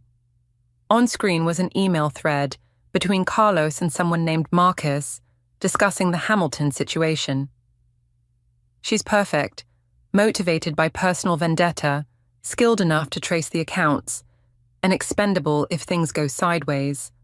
The Fernandez problem solves itself, and we maintain plausible deniability." My stomach clenched. "This could be fabricated." "It could be," Zariah agreed. "Just like the evidence Carlos showed you about Casey could be manipulated. The question is, who do you trust?" "No one," I said automatically. "Not anymore." Something like approval flickered across her face. "Smart. Trust the evidence, not the people presenting it." She nodded toward my laptop. "The Artemis files are encrypted financial records from the last 2 years. Casey created them as insurance. They show who's really been embezzling from Meridian. And how exactly would I access these files?" "You're the financial expert. You tell me where someone like Casey would hide her most valuable insurance policy." I thought about it, mind racing through possibilities. Somewhere hidden but accessible, somewhere tied to a memory or personal significance that only she would recognize. Zariah nodded. "The annual reports. Check the supplementary data appendices for the last 8 quarters. The password pattern would be something meaningful to her." I turned to my laptop, pulling up Meridian's financial database. My credentials still worked. Either they hadn't gotten around to locking me out, or they wanted me to keep digging. Neither option was particularly comforting. The supplementary appendices were massive data dumps, hundreds of pages of numbers that regulators required but almost no one actually read. Perfect hiding place. In each one, I found a small embedded file with an innocuous name, A1, A2, and so on. Artemis, I murmured, the goddess of the hunt. The password took 3 attempts. Not Casey's birthday or her mother's name, but the street address of the coffee shop where we'd first met in college. A place only I would remember the significance of. The files opened, revealing transaction records, board meeting minutes, and email exchanges. As I scanned through them, my breath caught. This shows Carlos and 3 other board members orchestrating the embezzlement, I said, scrolling through damning evidence. They've been using Casey's department as cover, manipulating records, and... I stopped, seeing a familiar name. Alex, my husband is listed here as an external resource. What does that mean? Zoraya's expression softened slightly, the first crack in her professional veneer. He's been helping them launder money through real estate deals, properties purchased, renovated with company funds, then sold with the profits going to offshore accounts. Our house, the renovations we'd done, the clients Alex was always meeting. It all clicked into horrible focus. Casey found out, I said slowly, the truth dawning on me. That's why they wanted me to investigate her. They're setting her up to take the fall. Yes, and now they're setting you up too. Zoraya checked her watch. We don't have much time.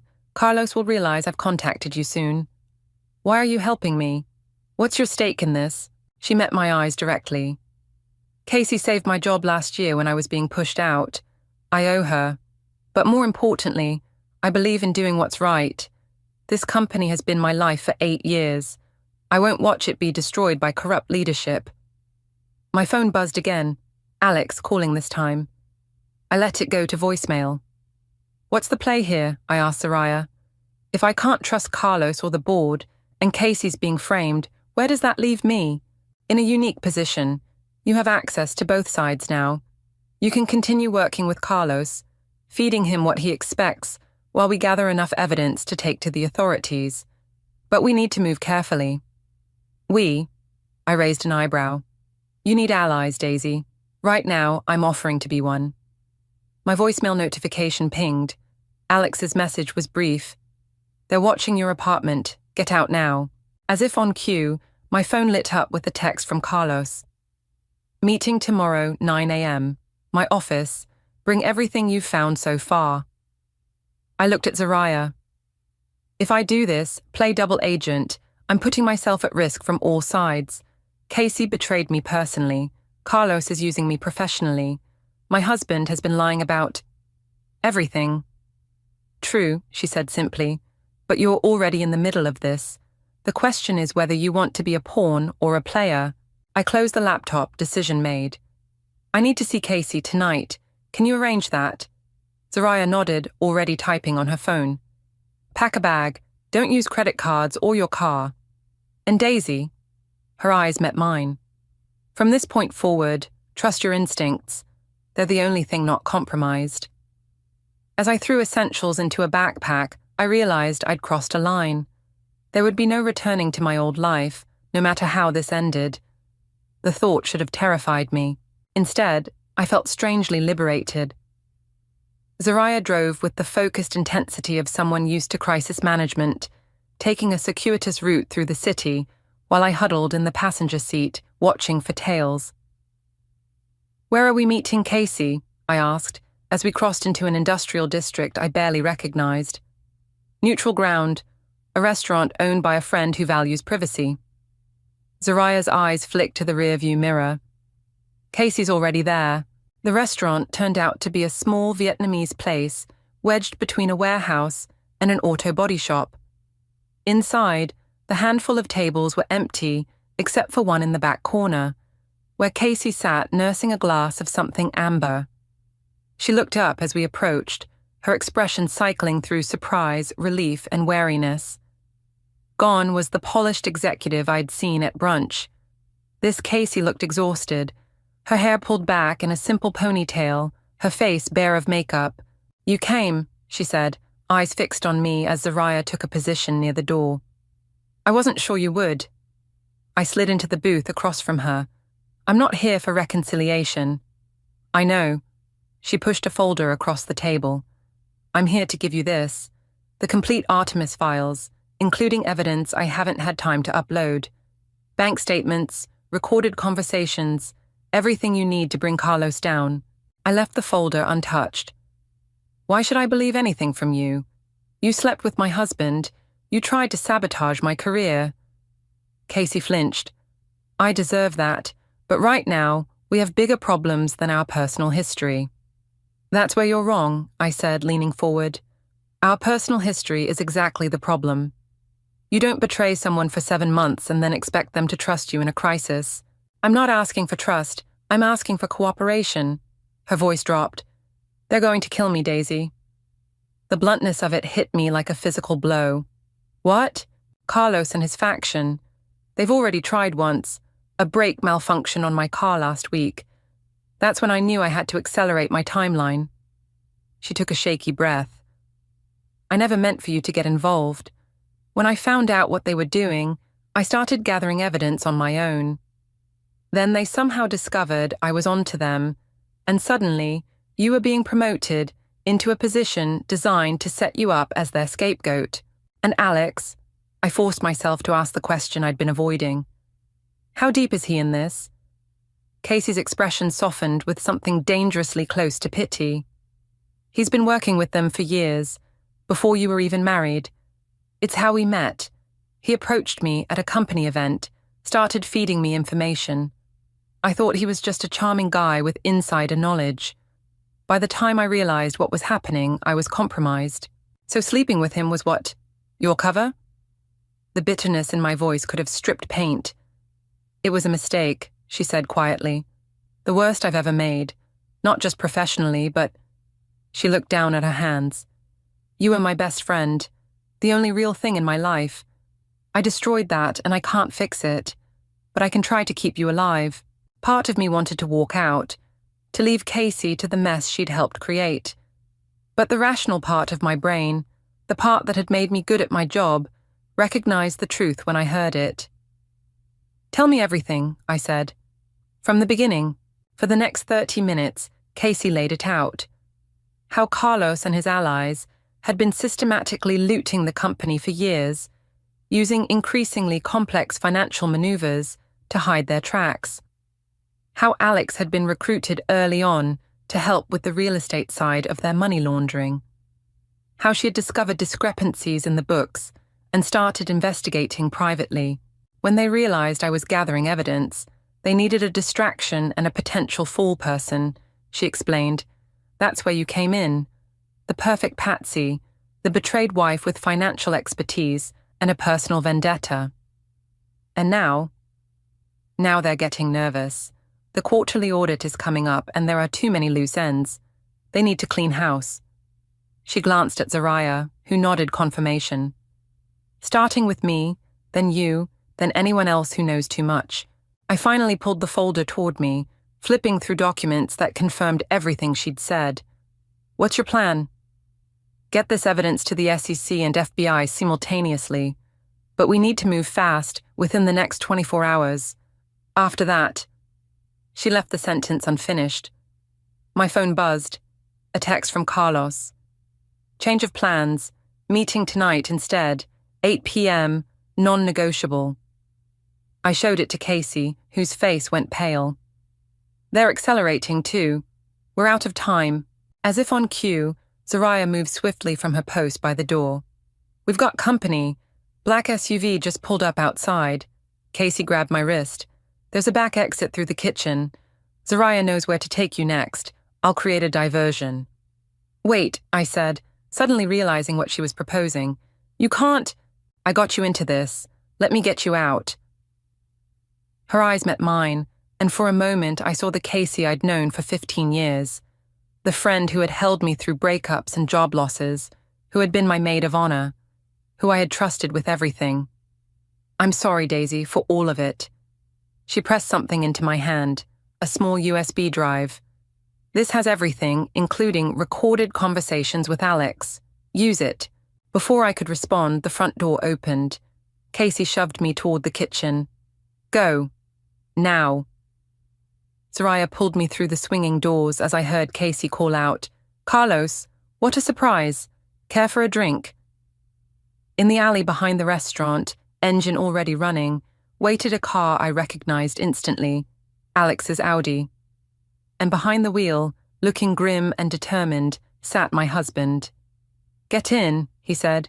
We need to talk. Are you insane? I hissed, backing away from the car. I'm not going anywhere with you. Alex's knuckles whitened on the steering wheel. Daisy, please. We have maybe 30 seconds before Carlos's men come around that corner. Zoraya's hand closed around my arm. He's right. We need to move. When I shot her a disbelieving look, she added, I don't trust him either, but right now he's our best option. A shout from inside the restaurant decided for me. I slid into the back seat, Zoraya following, her body tense as a coiled spring. Alex accelerated the moment our doors closed, taking the first corner so sharply I had to brace against the seat. How did you find us? I demanded. I've been tracking Casey's movements for weeks, he said, eyes on the rearview mirror. When she suddenly changed her pattern tonight, I knew something was happening. You've been spying on your lover? How romantic. His jaw tightened. It's not what you think. It never is with you, is it? The anger I'd been suppressing erupted. Was anything real? Our marriage? The house? Or was I just convenient cover for your criminal activities? We're being followed, Zoraya cut in, looking out the back window. Black SUV, 2 cars back. Alex swore under his breath, taking a sharp right down a narrow side street. Hold on. For the next 10 minutes, he navigated a maze of alleys and side streets, his face a mask of concentration. I'd seen that expression before, when he was closing a difficult deal, when we were arguing, when he was lying. The familiarity of it made my chest ache.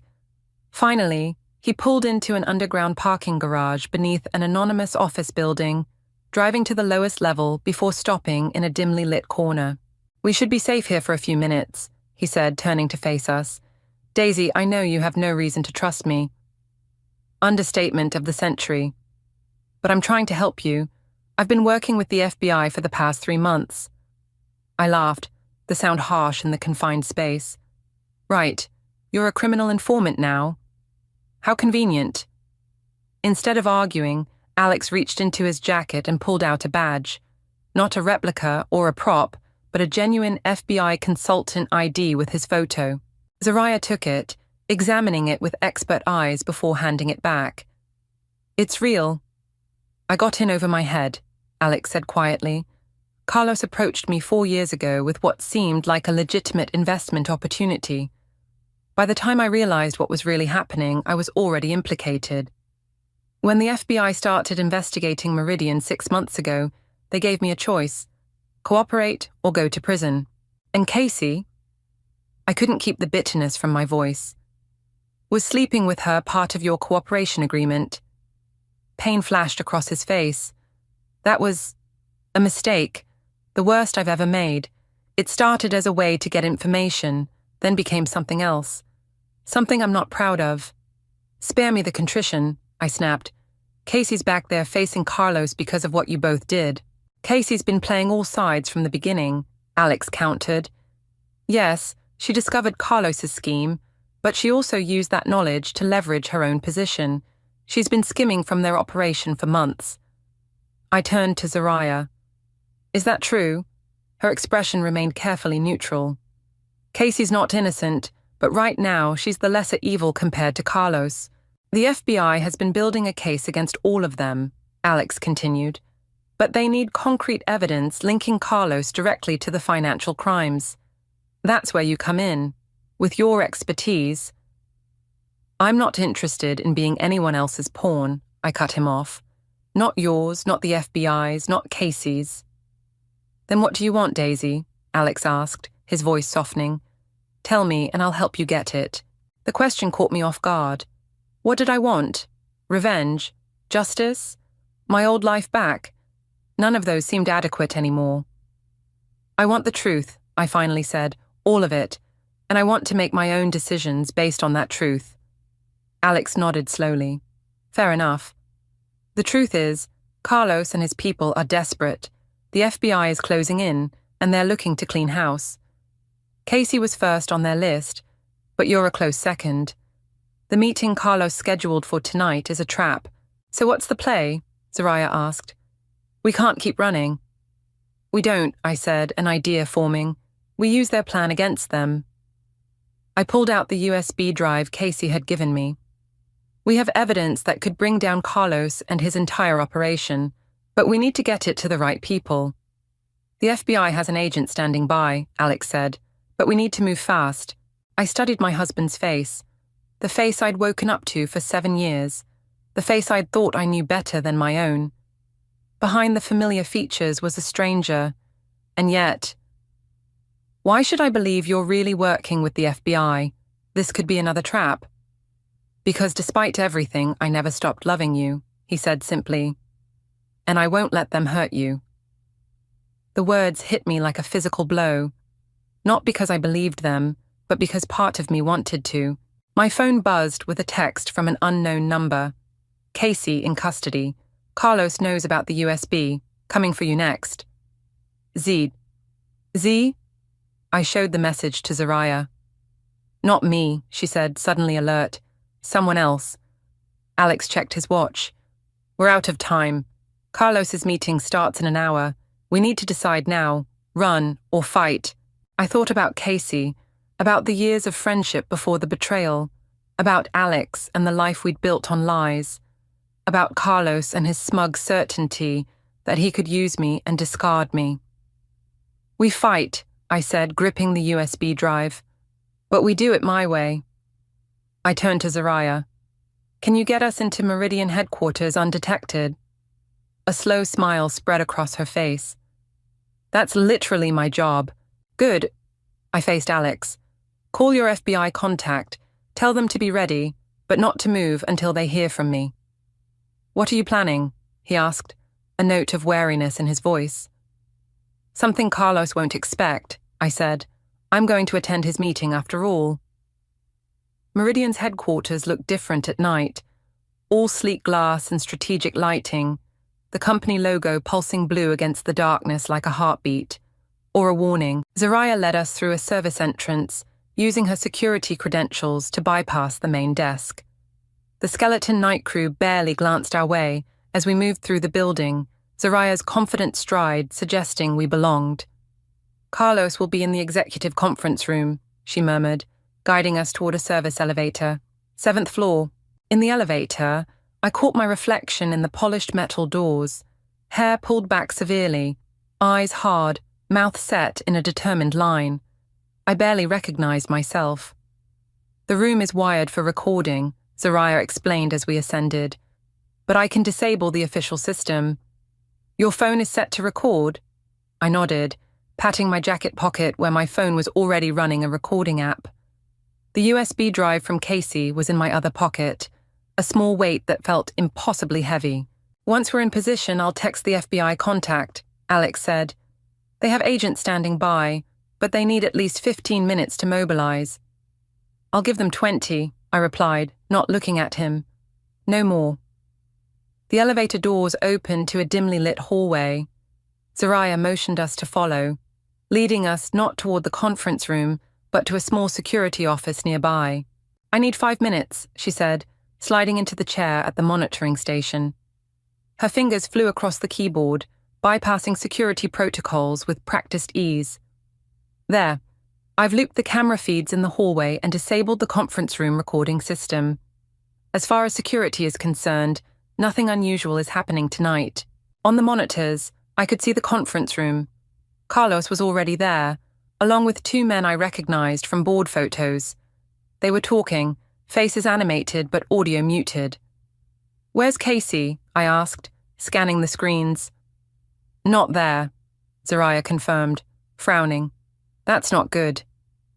Change of plans, I said, making a quick decision. I'm going in alone. Alex, Stay here with Zaraya. If I'm not out in 20 minutes, call in the FBI regardless. Daisy, no, Alex protested. It's too dangerous. This is my fight, I said firmly. Has been from the beginning. Besides, Carlos is expecting me alone. Anything else will tip him off. Before either could argue further, I slipped out of the security office and made my way down the hall. Each step felt deliberate, my heart beat steady despite the danger. For the first time in weeks, my mind was perfectly clear. I paused outside the conference room door, took a deep breath, and entered without knocking. The conversation inside cut off abruptly. Carlos looked up, surprise flickering across his face, before settling into a practiced smile. Daisy. Right on time. He gestured to an empty chair. Please join us. I remained standing. Where's Casey? Ms. Fernandez is indisposed. The older man to Carlos's right spoke, his voice carrying the weight of authority. I'm Harold, by the way. We haven't formally met. The third man didn't introduce himself, just watched me with cold, assessing eyes. I asked where Casey is, I repeated, moving further into the room but not taking a seat. Carlos's smile tightened. She's being dealt with appropriately, given her betrayal of the company. But that's not why we're here. He slid a folder across the table. We need your preliminary audit findings. Tonight. I let my gaze move deliberately around the room, taking in details, the positions of the men, the exits, the laptop open on the table. Building time, building tension. Interesting that you're so eager for my findings, I said finally, especially since I've discovered some irregularities that trace back to this room. The temperature seemed to drop several degrees. Careful, Daisy, Carlos warned. You're making serious implications. Not implications, evidence. I pulled out my phone, making a show of accessing files. Financial records, offshore accounts, real estate transactions through shell companies, all leading back to you, Carlos, and you, Harold, and your silent partner here. Harold's face flushed with anger. You have no idea what you're talking about, don't I? I turned the phone toward them, showing a document from Casey's files, a bank statement with Harold's signature, authorizing a transfer to an account in the Caymans. This is just the beginning. I have everything. Carlos stood slowly, his friendly facade evaporating. Where did you get that? Casey wasn't as easy to silence as you thought, I said, backing toward the door. She's been documenting your operation for months. Give me the phone, Daisy. Carlos's voice was soft, dangerous. Now. Or what? You'll arrange another car accident, like you did for Casey? I kept my voice steady, despite the fear crawling up my spine. It's too late. The evidence has already been sent to the FBI. The silent man finally spoke. She's bluffing. Am I? I pulled out the USB drive.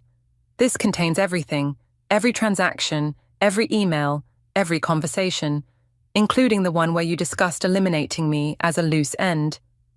Carlos lunged suddenly, faster than I expected. His hand closed around my wrist, twisting until I gasped in pain. Give it to me, he hissed. Let her go, Carlos. Casey's voice came from the doorway. She stood there, bruised but upright, with Zaraya and Alex flanking her like guards. Carlos's grip tightened. How did you...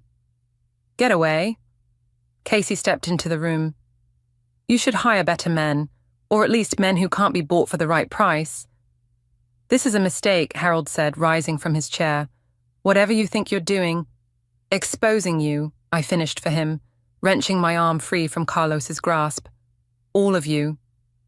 You have nothing, the third man said dismissively. No proof that would stand up in court. Actually, Alex said, holding up his phone, we have your entire conversation from the last 5 minutes, including your assault on my wife. The FBI is already in the building. It's over. Carlos's face contorted with rage. He reached inside his jacket, for a weapon, I realized with sudden clarity, but before he could draw it, Casey moved. She slammed into him with surprising force, driving him back against the conference table. They struggled briefly before Carlos shoved her away violently. She stumbled backward, colliding with a chair. "You ungrateful bitch," he snarled. "After everything I did for you." "After everything you took from me," Casey corrected, straightening. "My reputation, my integrity, my best friend." Her eyes met mine briefly. Some things can't be replaced. The sound of multiple footsteps in the hallway silenced whatever Carlos might have said next. The door burst open as FBI agents flooded the room, weapons drawn, shouting commands. In the chaos that followed, Carlos and the others being cuffed and read their rights, agents securing the room, Casey made her way to my side. "I'm sorry," she said quietly. "For everything." I looked at her, really looked at her, seeing both the friend I'd loved and the woman who had betrayed me. The anger was still there, but something else too, something like understanding. "I know," I said finally. As the agents led Carlos past us, he stopped, his eyes burning with hatred. "This isn't over, either of you."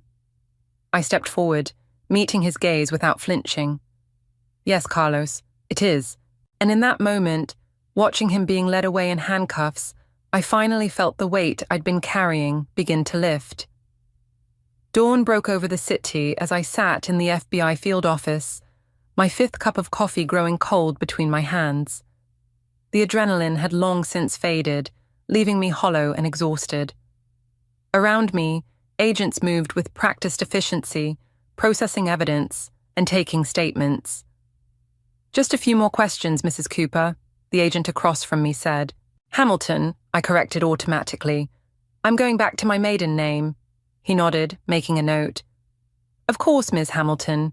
Can you walk me through how you first discovered the discrepancies in Meridian's accounts?" I began the explanation again, my financial training making it easy to articulate the complex fraud scheme. As I spoke, I watched Alex through the glass partition of another interview room. He was leaning forward, earnest and engaged as he always was when closing a deal. I wondered if he'd use that same expression when he first approached Casey, when he first betrayed me. "That should be sufficient," the agent said finally, closing his notebook. "We'll need you to sign a formal statement later today, but you're free to go for now."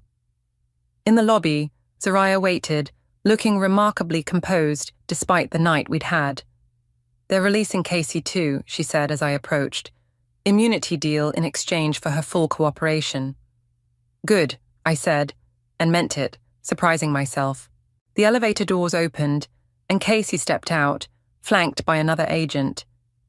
She hesitated when she saw me, uncertainty flashing across her face. "I'll give you 2 a minute," Zariah said, stepping away discreetly. Casey approached slowly, as if expecting me to turn away. "They told me you corroborated my statement, confirmed I was being coerced. You didn't have to do that." "I told the truth," I said simply. "Carlos was threatening you. That doesn't excuse everything, but it's a factor." She nodded, eyes downcast. "I never thought it would go this far. When I found out what they were doing, I just wanted evidence to protect myself. Then Alex got involved, and everything became so complicated." "Why didn't you come to me?" The question that had been burning inside me for weeks finally emerged. Before any of this happened, before Alex, Casey's laugh was bitter. "Because you were the one person I couldn't bear to disappoint. You always saw the best in me, even when I didn't deserve it." She met my eyes directly. "I was a coward, Daisy, and I lost the best thing in my life because of it." The words hung between us, heavy with 15 years of history.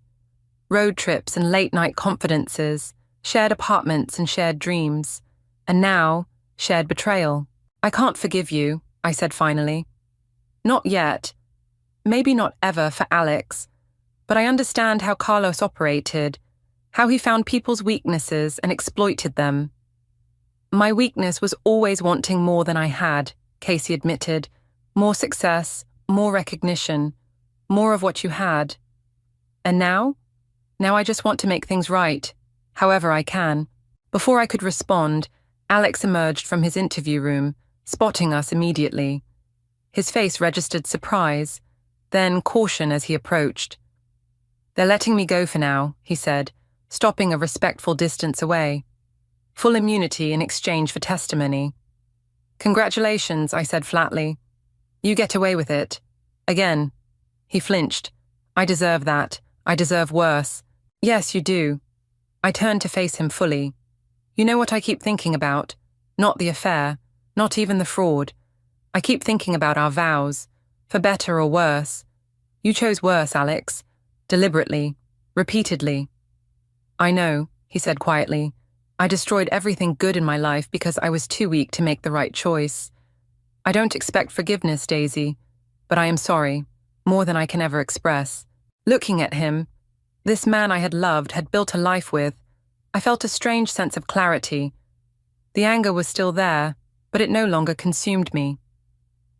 "I believe you're sorry," I said, "but that doesn't change anything." Casey shifted uncomfortably. "I should go, my lawyer's waiting." She hesitated, then added, "For what it's worth, Daisy, you were always the strongest of us. I just never understood how much until now." After she left, Alex and I stood in awkward silence. "What will you do now?" he finally asked. The question caught me off guard. I hadn't thought beyond survival, beyond justice. "I don't know," I admitted. "Start over, I guess. Somewhere new." "The FBI mentioned you might be offered a position with their financial crimes division," Alex said.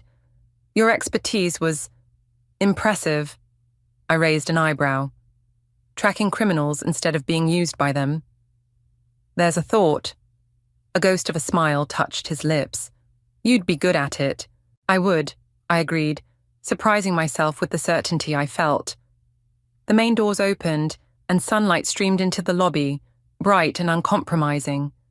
Outside lay a world fundamentally changed from the one I'd known a week ago. My marriage was over, my closest friendship shattered, my career in transition, and yet, standing there in that moment of reckoning, I felt something unexpected. Possibility. "I should go," I said, gathering my things. "There's a lot to figure out." Alex nodded, not trying to stop me. "For what it's worth, Daisy, you deserved better. From both of us." "I know," I said, and the knowledge felt like power. "That's why I'm going to make sure I get it." I walked out into the morning light alone, but not broken. The betrayal that had defined my recent past would not dictate my future. That belonged to me now. Every choice, every consequence, every new beginning. As I hailed a taxi, my phone buzzed with a text from an unknown number. "Position available if you want it. We could use someone who knows how to follow the money. Agent Reeves." I smiled, tucking the phone away. Tomorrow would bring decisions, but today was for reclaiming what was mine. Not the life I had lost, but the woman I had found in its ruins. Stronger than before, wiser than before, and finally, irrevocably, free. The morning light filtered through stained glass, casting jewel-toned shadows across the empty church. I ran my finger along the last pew, checking for dust one final time. 6 a.m., and I'd already been here for an hour, making sure everything was perfect for Lisa's big day. Perfect. That word had defined our friendship for 20 years. Lisa was perfect, the kind of woman who could charm a room without trying, who never had a hair out of place. And I was perfectly happy being the one who made sure her life ran smoothly. "The flowers for the altar are wrong," I muttered to myself, adjusting white roses that were already flawless. My phone buzzed with a text from the caterer. Crisis number 3 of the morning, and the sun had barely risen. That's what best friends are for, right? Especially when you're the maid of honor.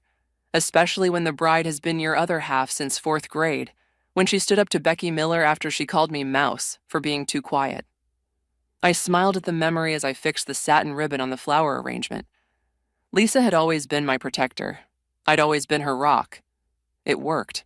The heavy wooden door at the back of the church creaked open, and I froze. No one was supposed to be here yet. The bridal party wasn't arriving until 9, and Raphael's groomsmen were meeting at his family's estate. "I'm telling you, it's all set." Lisa's voice echoed through the empty church. My first instinct was to call out, but something in her tone made me hesitate. I ducked behind a stone pillar instead. And you're sure he doesn't suspect anything? A man's voice, unfamiliar. Raphael, please, he's completely clueless. Thinks I'm his dream come true. Lisa laughed, but it wasn't her usual laugh. This one had edges, sharp enough to cut. And the prenup? Handled. My lawyer slipped in those amendments. Once we're married, I'll have access to the trust within 6 months. His family won't know what hit them. My heart hammered against my ribs so hard I was certain they could hear it. This couldn't be happening. Not Lisa. Not to Raphael, who looked at her like she hung the moon, who had spent weeks designing her engagement ring because nothing in the stores was special enough for her. What about Maria? The man asked. My blood went cold at the sound of my name. What about her? Lisa's voice was dismissive. Maria's harmless, loyal to a fault. She'd never believe I could do something like this, even if someone told her directly. The bouquet I'd been clutching fell from my hands. A single petal detached, drifting to the floor like a tear. She's been useful, though, Lisa continued. Knows everything about Raphael's family. Tells me every little detail, thinking she's helping with wedding planning. It's almost too easy. I pressed my hand against my mouth to keep from making a sound. Every conversation we'd had over the past year replayed in my mind. All those questions about Raphael's family business, his inheritance, his relationship with his parents. I'd answered everything, thinking I was helping my best friend connect with her future in-laws. I'd been her unwitting accomplice. And after? The man asked. A year, maybe 2. Long enough to secure the money. Then a heartbreaking divorce. Poor Lisa, whose husband became distant and cold. She laughed again. I've already started documenting our problems. A few strategic texts I've sent myself from his phone while he was sleeping. Some concerning emails I've drafted from his account. My stomach lurched. I'd held Lisa's hair back when she had food poisoning in college. I'd stayed up all night when her dad died. I'd been the one she called sobbing when she thought Raphael was going to break up with her 6 months ago. Had any of it been real? You're brilliant, you know that? The man's voice was closer now. I know, Lisa replied, and I could hear the smile in her voice. Let's get out of here before someone shows up. I need to play the nervous bride for a few more hours. Their footsteps retreated, the heavy door closing behind them. I slid down the pillar until I hit the floor, my bridesmaid dress pooling around me like spilled wine. What do you do when the person you trust most in the world turns out to be someone you never knew at all? My phone lit up with a text. Lisa, where are you? I'm heading to the bridal suite early. Need my best friend. I stared at those words, best friend, until they blurred. The church door opened again. I scrambled to my feet, wiping tears I hadn't realized were falling. Lisa stood in the doorway, radiant in casual clothes, her wedding dress waiting at the venue. Maria, what are you doing here so early? Her smile was the same one I'd known my entire life. I opened my mouth, but no words came out. She walked toward me, concern creasing her perfect brow. Are you okay? You look like you've seen a ghost. I heard you, I finally managed, my voice barely a whisper. Lisa's expression shifted so subtly most people would miss it, but I knew every micro-expression on that face, or I thought I did. Heard what? She asked, head tilting in confusion. Everything. The prenup, the plan, using me to get information. For one heartbeat, she maintained her innocent expression. Then it melted away, replaced by something cold and calculating I'd never seen before. Well, she said, straightening her shoulders, that's unfortunate timing. She stepped closer, close enough that I could smell her signature perfume, the one I'd helped her pick for the wedding. What are you going to do about it, Maria? She whispered. Who do you think they'll believe, the perfect bride or the jealous best friend? Her smile returned, but now I could see the predator behind it. This is only the beginning, she said softly, and you're either with me or you're in my way.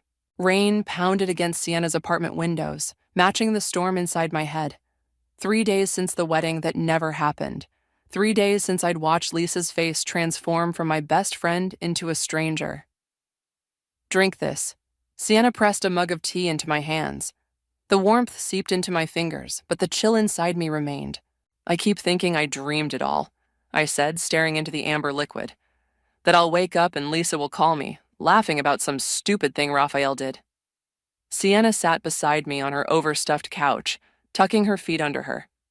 You did the right thing, Maria. Telling Raphael before the ceremony. The right thing. Was it? The memory of Raphael's face when I pulled him aside in the vestry haunted me. The disbelief, then anger, then devastating realization when he confronted Lisa and saw the truth in her eyes. He thanked me yesterday, I said quietly. Called to thank me for saving him from her. See, that's something. I shook my head. You don't understand. When he thanked me, I felt guilty, like I'd betrayed her. That's 20 years of friendship talking, not reason. Sienna reached for my hand. Lisa was using you, using him. She doesn't deserve your loyalty. My phone buzzed on the coffee table. Unknown number. I let it go to voicemail. She hasn't tried to contact you? Sienna asked. Not since she screamed that I'd ruined her life in front of the entire wedding party. I attempted a smile but failed.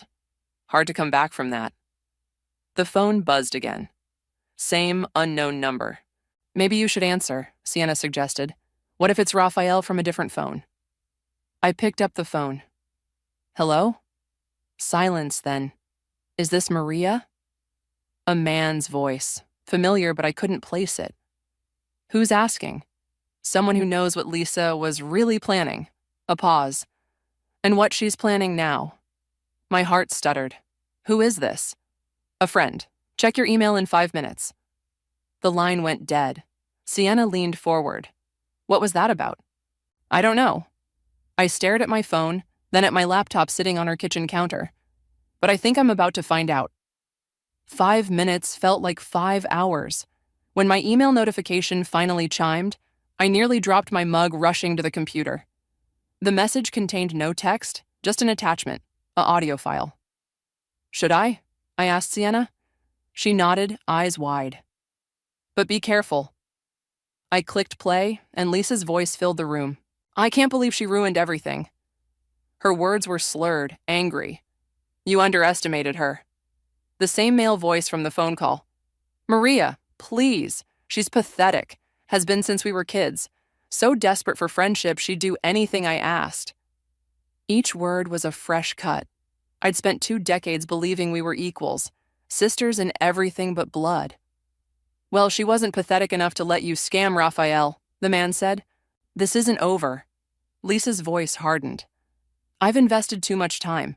That trust fund is still within reach. How? The wedding's off. For now. But Raphael's not as strong as he thinks. A few weeks of the right kind of attention, some well-placed doubts about Maria's motives. And the other plan, with his father's company? Still on. That's why I need you to keep Caden in line. He gets nervous when things don't go exactly as planned.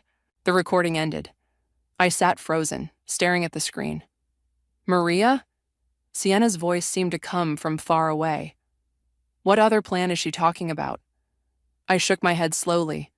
I don't know, but it sounds like she's not done with Raphael. You have to warn him. With what? An anonymous recording I can't verify? I closed the laptop. He'll think I'm making it up, or worse, that I'm obsessed with his ex. Then what are you going to do? The question hung in the air between us. What could I do? Lisa had been my closest friend. I knew her habits, her tells, her weaknesses, but I'd clearly never known her heart. I need to find out what this other plan is, I said finally, and who Caden is. Maria. Sienna's voice held a warning. This isn't your responsibility. Isn't it? I introduced them. I vouched for her character for 2 years. The guilt that had been simmering inside me began to boil over. I told him he could trust her with his life. That doesn't make you responsible for her actions. Maybe not, but it makes me responsible for stopping her. I stood up, suddenly restless. I know things about Lisa that no one else does. If she's planning something else, I might be the only one who can figure it out. Sienna looked at me for a long moment. This isn't just about protecting Raphael, is it? I turned to the window, watching raindrops race down the glass. When I heard her in the church, talking about me like I was nothing, I've never felt so small, so stupid. My reflection stared back at me, hollow-eyed and pale. I need to know if anything was real. My phone buzzed again. A text this time, from the same unknown number. Lisa's meeting Caden tomorrow. 2 p.m., Harborview Hotel Bar. If you want to know more, be there. Sit at the back. Don't let them see you. I showed Sienna the message. This could be dangerous, she said. What if it's a trap? What if it's not? I countered. What if this is my only chance to find out what she's really planning? Before Sienna could respond, another text came through. P.S. Check the attachments in your email again. There's more you need to see about Raphael's family inheritance. The clock is ticking. I looked up at Sienna, my decision already made. I'm going, I said. Tomorrow, I'm going to find out exactly who Lisa Sanderson really is. My hands trembled as I opened my laptop, the wedding planning spreadsheet still mocking me from the desktop. I'd organized everything, the flowers, the catering, the seating chart that took 3 weeks to perfect, all for a ceremony that ended in chaos and tears. I clicked on my email, heart pounding as I downloaded the new attachments. Legal documents filled my screen, dense with terminology I barely understood, but certain phrases jumped out at me. Olsen Family Trust, disbursement conditions, majority shareholder vote. I scrolled through page after page until I found it, a highlighted section about Raphael's inheritance. According to the document, he was set to receive controlling interest in his family's company on his 30th birthday, just 6 months away, or immediately upon his marriage, whichever came first. The pieces clicked together with sickening clarity. Lisa hadn't just been after money. She'd been after power. My phone rang, startling me. Raphael's name flashed on the screen. Hey, I answered, trying to sound normal. Maria. His voice was rough, like he hadn't slept. Sorry to call so early. I glanced at the clock, 6:47 a.m. I hadn't slept either. It's fine. How are you holding up? A bitter laugh. About as well as you'd expect. Listen, I need to ask you something. I tensed. Okay. Did Lisa ever mention someone named Caden to you? My breath caught. Caden? No. Why? My father's security team found some concerning communications. Apparently, Lisa's been in contact with someone by that name for months. They think he might be connected to a competitor trying to gain access to our company. I closed my eyes, the confirmation of my fears washing over me. Raphael, there's something I need to tell you. I explained about the anonymous caller, the recording, the meeting at the Harborview. With each word, his breathing grew heavier. I'm coming with you, he said when I finished. No. The word came out sharper than I intended. If Lisa sees you, she'll know something's wrong. I need to do this alone. It could be dangerous. It's Lisa, I said, then realized that meant nothing anymore. The Lisa I knew didn't exist. I'll be in a public place. I'll be careful. Silence stretched between us. There's something else, I added. I received documents about your family trust, about your inheritance. What? How? The same anonymous source. Raphael, I think Lisa was after controlling interest in your family's company. The documents say you get it when you turn 30 or when you marry. His curse was soft but vehement. That explains why she was pushing so hard to move the wedding date up. I'm so sorry, I whispered. I should have seen through her. Don't. His voice softened. You're the reason I'm not married to her right now. You saved me, Maria. The words should have comforted me. Instead, they felt like another weight on my shoulders. I hadn't saved him because I was smart or perceptive. I'd saved him by accident. I'll call you after the meeting tomorrow, I promised. After hanging up, I stared at the wedding spreadsheets still open on my desktop. With sudden fury, I selected them all and hit delete. Watching them disappear felt like lancing a wound.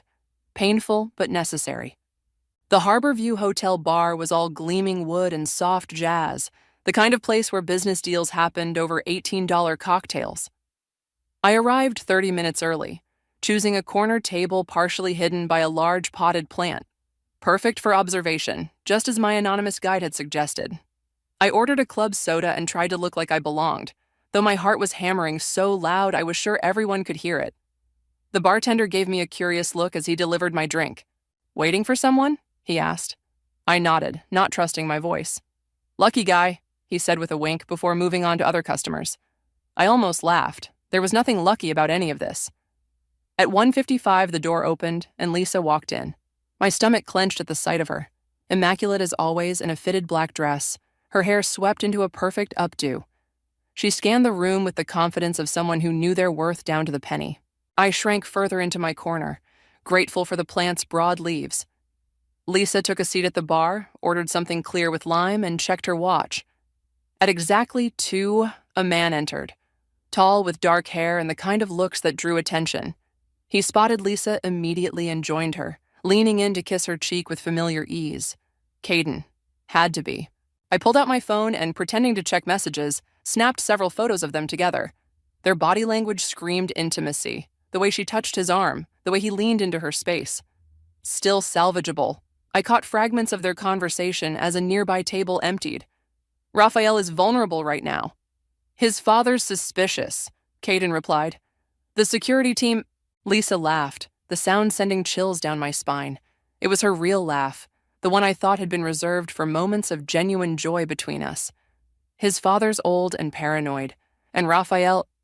She leaned closer to Caden. Raphael still has a weakness. What's that? Lisa's smile was predatory. Maria, he trusts her completely, and she's so predictably noble. My hands went cold. What was she implying? You think you can still use her? Caden sounded skeptical. I think she'll be exactly where I need her to be, just like always. They lowered their voices again, heads close together over what looked like documents. I strained to hear more, but the ambient noise of the bar drowned them out.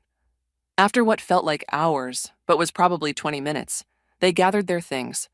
Lisa kissed Caden deeply before they parted ways. She toward the lobby, he toward the side exit. I waited until they were both gone before exhaling fully. My hands shook as I gathered my purse. Whatever Lisa was planning, it involved me somehow. And Raphael. As I stood to leave, my phone buzzed with a text from the unknown number.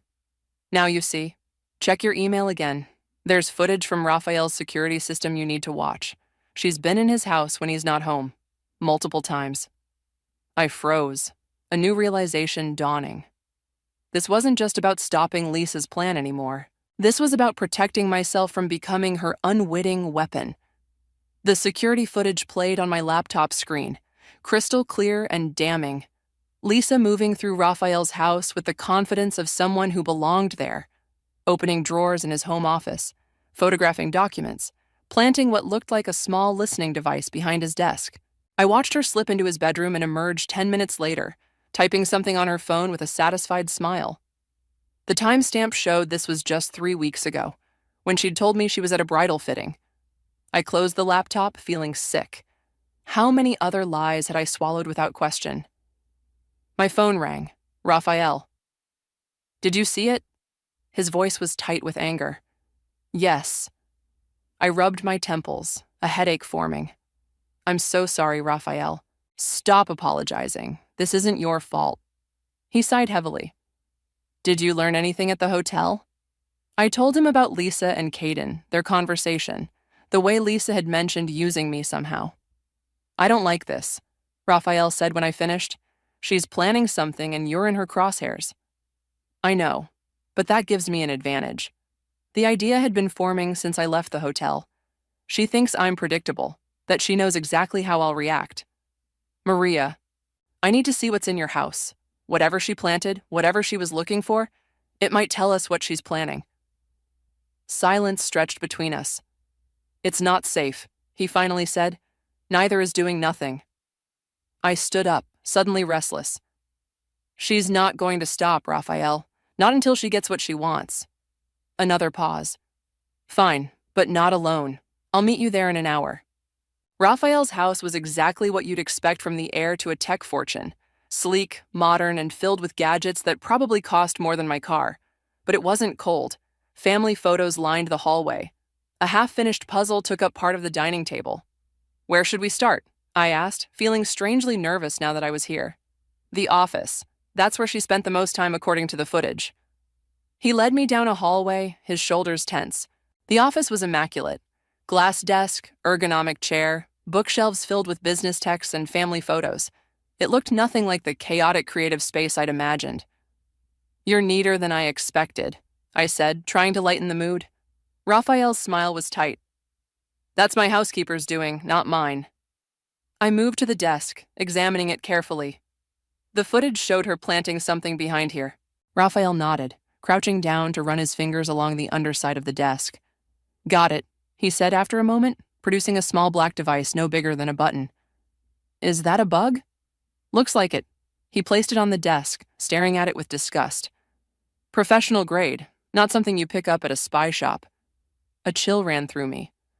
How would Lisa get something like that? Caden, probably. Raphael's jaw tightened. My security team is looking into him. Seems he has connections to Vertex Technologies. Your father's competitor? Our biggest rival. They've been trying to acquire us for years. He ran a hand through his hair. If they got controlling interest, they could force a merger, I finished, the pieces clicking together. That's what Lisa was after, control of your shares. Raphael nodded grimly. Through marriage, I would have handed her everything. I continued searching the office while Raphael checked his computer for signs of tampering. In the third drawer, beneath a stack of folders, I found a small notebook. Raphael, I called, flipping it open. This isn't yours, is it? He looked up, frowning. No, what is it? Lisa's handwriting. My heart raced as I scanned the pages. Notes about Raphael's schedule, his passwords, details about his family's business holdings, and most disturbing, notes about me. Maria, too trusting. Use her connection to R's family. Already views her as sister. M knows about the Westlake project. Get details through casual conversation. M's loyalty, weakness, exploit as needed. Each word was a fresh betrayal.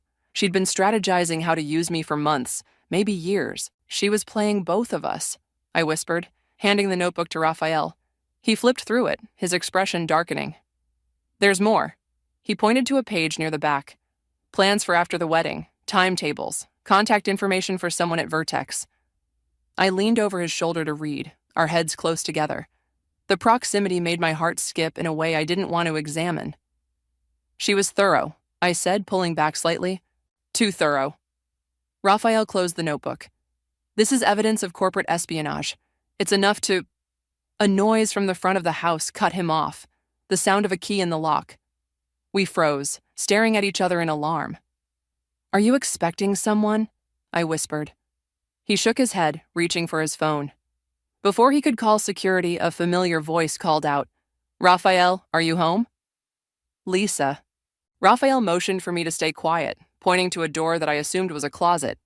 I slipped inside just as Lisa's footsteps approached the office. Through a crack in the door, I watched her enter. She'd changed from the outfit she wore at the hotel, now dressed casually in jeans and a sweater I'd helped her pick out months ago. Lisa. Raphael's voice was controlled, betraying nothing. What are you doing here? She stepped closer, her expression a perfect mask of contrition. I came to apologize. What happened? It wasn't what you think. Really? What was it then? A mistake. I got cold feet, said things I didn't mean. Her voice broke convincingly. I love you, Raphael. I've always loved you. From my hiding place, I could see Raphael's face harden. But Lisa, focused on her performance, missed it. You still have your key, he said flatly. I was hoping that meant something. She moved closer, reaching for his hand.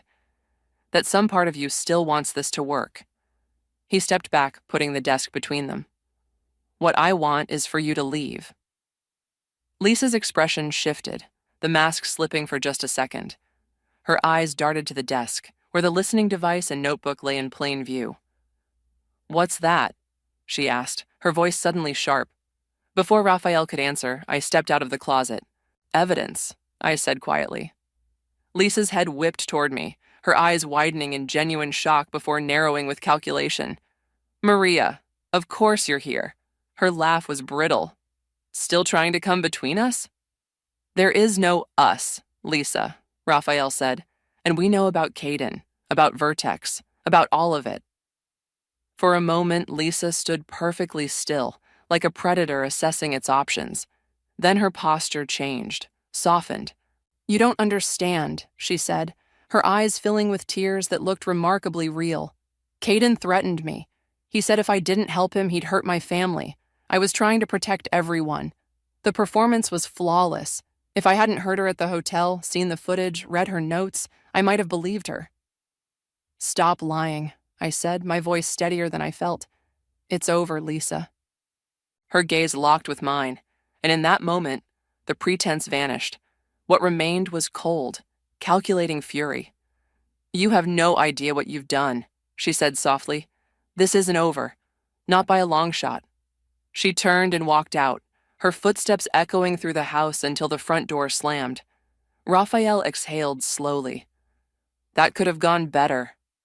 I picked up the notebook, my hands trembling slightly. She knows we know. Whatever she's planning next. "Will be worse," he finished grimly. "We need to be ready." The clinking of silverware against fine china felt deafening in the tense silence of the Olsen family dining room.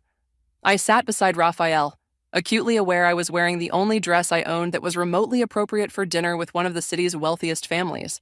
Raphael's father, Edward, cut his steak with surgical precision, his expression unreadable.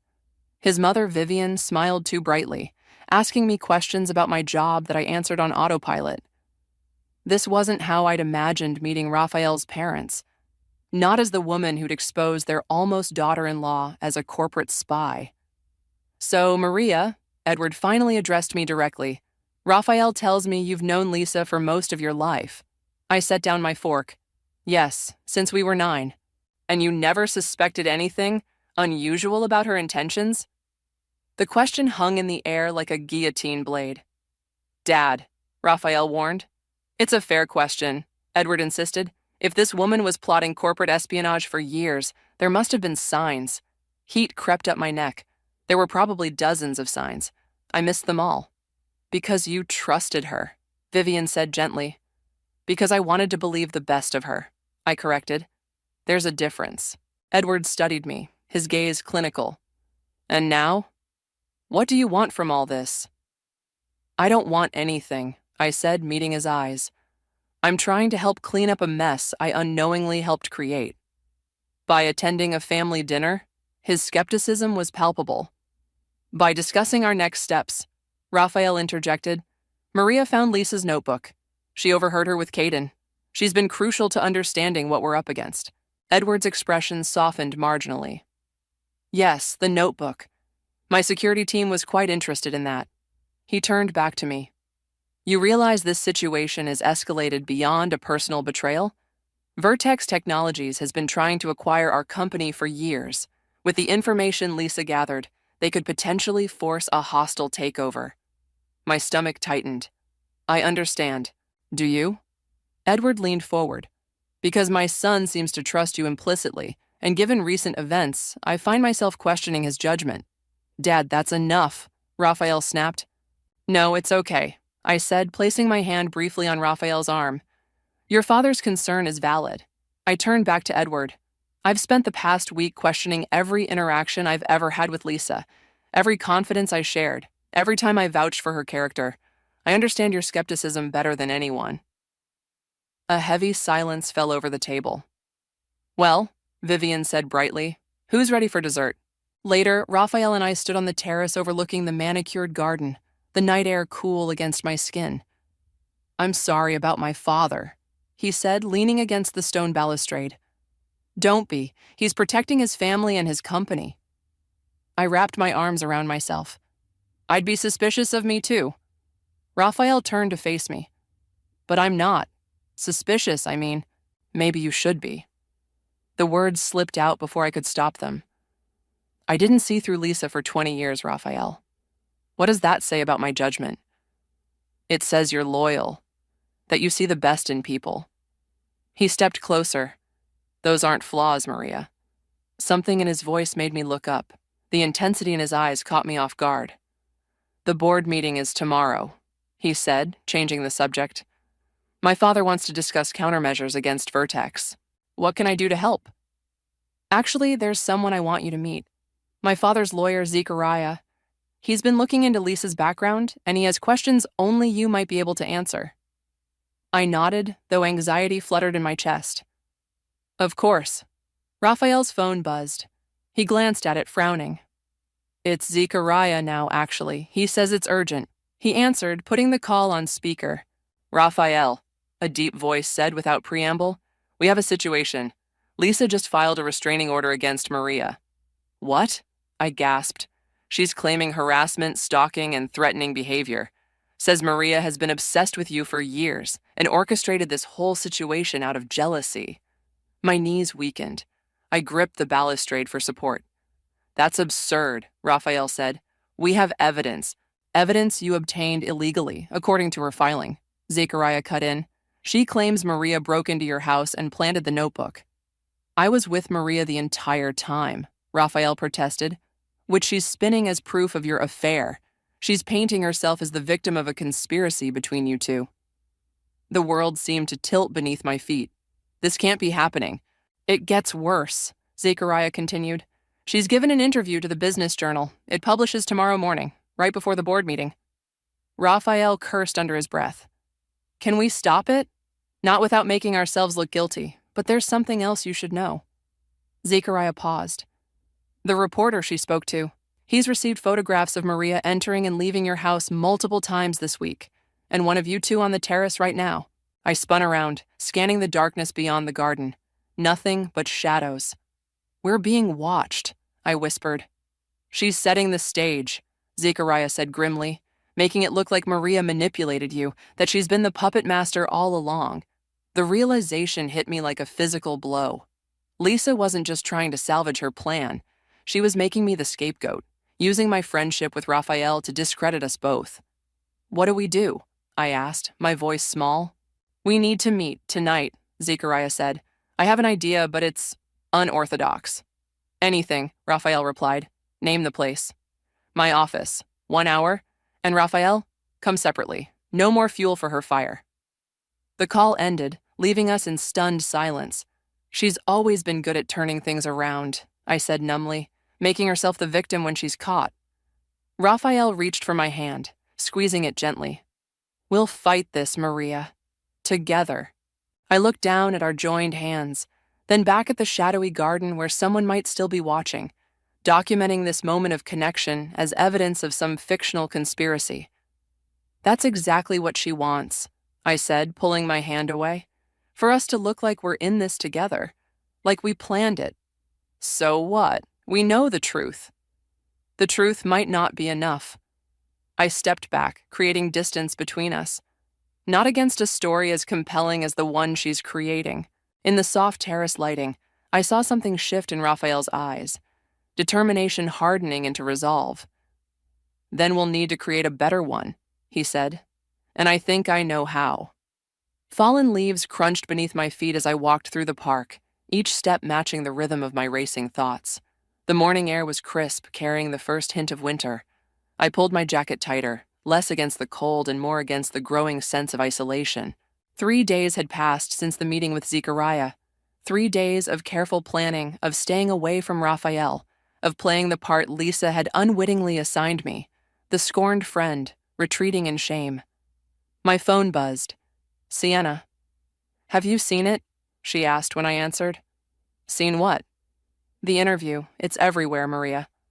My stomach dropped. How bad? Bad. Her voice softened. Where are you? I'll come to you. The park near my apartment, the bench by the pond. 20 minutes later, Sienna appeared, carrying 2 coffee cups and a tablet. She handed me a coffee and sat beside me, her expression grim. You need to see this, she said, unlocking the tablet. Lisa's face filled the screen, her eyes slightly red as if she'd been crying. The headline made my blood run cold. Jilted bride speaks out, my best friend betrayed me for my fiancé. I forced myself to read, each word more twisted than the last. Lisa described our friendship as one-sided. Me, always jealous of her success, her relationships. She painted Raphael as an innocent caught between 2 manipulative women. And most damning, she suggested I'd been feeding her false information about Raphael's family business to sabotage her relationship. She's turned everything upside down, I whispered. Keep reading, Sienna urged. Near the end, Lisa expressed concern for Raphael, suggesting he was being manipulated by me and his father's paranoid fears about corporate espionage. She even managed to make her relationship with Caden sound innocent, just a friend helping her navigate her concerns about the Olsen family's business practices. The comments are worse, Sienna said softly. I scrolled down, each comment like a knife. People who didn't know me, didn't know any of us, confidently declaring me the villain, a homewrecker, a jealous, obsessive friend. I can't believe people are buying this, I said, handing the tablet back. People love a scandal, and Lisa's story hits all the right notes. Betrayal, jealousy, corporate intrigue. Sienna squeezed my hand. But it doesn't matter what they think. What matters is the truth. Does it? I stared at the pond where ducks glided across the surface, unconcerned with human drama. Lisa's winning. Again, just like she always has. This isn't like you, Maria. You don't give up. Maybe that's the problem. Maybe I should have given up on Lisa years ago, the first time I realized our friendship wasn't equal. I took a sip of coffee, welcoming the bitter warmth. Did I ever tell you about my 16th birthday? Sienna shook her head. Lisa threw me a surprise party, invited everyone from school, decorated my parents' basement. It was perfect. I smiled at the memory. Except halfway through, I overheard her telling someone she only did it because her crush would be impressed by her generosity. That's awful. The thing is, I convinced myself it didn't matter, that her reasons weren't important, only the result. I laughed hollowly. I've been doing that our entire friendship, making excuses for her, ignoring the signs. And now? Now I'm done making excuses. I stood up, suddenly restless. Zechariah has a plan. It's risky, but it might be our only chance to expose Lisa and Caden before the Olsen Company board votes tomorrow. What kind of plan? Before I could answer, my phone rang. Unknown number. Hello? I answered cautiously. Maria. A male voice, vaguely familiar. It's Caden. My heart stuttered. I put the phone on speaker so Sienna could hear. What do you want? I asked, trying to keep my voice steady. To meet, just you and me. Why would I do that? Because I have information about Lisa that you need. He paused. And because I'm not as loyal to her as she thinks. I exchanged a glance with Sienna, who mouthed trap silently. How do I know this isn't a setup? I demanded. You don't. His voice was calm. But ask yourself this. Who has more to lose if the truth comes out? You or Lisa? I thought of Zechariah's plan. Complicated, dependent on timing and evidence we weren't sure existed. When and where? I finally asked. 1 hour. The boathouse at Lakeside Park. That's isolated, I protested. It's public enough to be safe, private enough to talk freely. He sounded impatient. 1 hour, Maria. Come alone or don't come at all. The call ended. You can't seriously be considering this, Sienna said. What choice do I have? Zechariah's plan might not work. This could be our backup. Or it could be Lisa's trap to make you look even worse. Sienna grabbed my arm. Think about it. You meet Caden in secret, someone takes pictures. Suddenly you're conspiring with Lisa's innocent friend against her. She was right. It was exactly the kind of setup Lisa would orchestrate. Then what do? I asked, frustration building. Wait for Zechariah's plan and hope it works? Hope the board believes Raphael over Lisa? Hope the truth magically comes out? No. Sienna's expression hardened with resolve. We spring their trap, but on our terms. The boathouse stood at the edge of the lake, its weathered wood blending with the autumn landscape. I approached slowly, every sense on high alert. According to our hastily revised plan, Sienna was positioned nearby with her camera, ready to document whatever happened. Caden was waiting inside, leaning against a stack of canoes. He straightened when he saw me. You came, he said, sounding genuinely surprised. I want to know what you know about Lisa. He studied me for a moment. You're nothing like she described. And how did she describe me? Naive, easily manipulated, blindly loyal. He shrugged. But you figured her out. That took courage. It took me 20 years too long, I countered. What do you want, Caden? To make a deal. He stepped closer. Lisa's plan is falling apart. Vertex is getting nervous. They're looking for someone to blame when this all goes south. And you don't want it to be you. He smiled thinly. Smart girl. What kind of deal? Information for immunity. I tell you everything.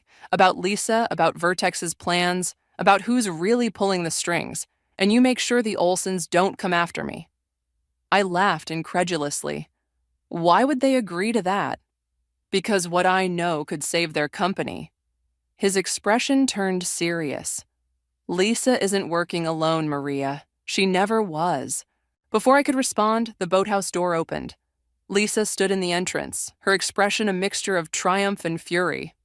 I knew you couldn't be trusted, she said to Caden. Then to me, and you, always so predictable. My heart sank as I realized Sienna had been right. It was a trap after all. You set this up, I said to Caden.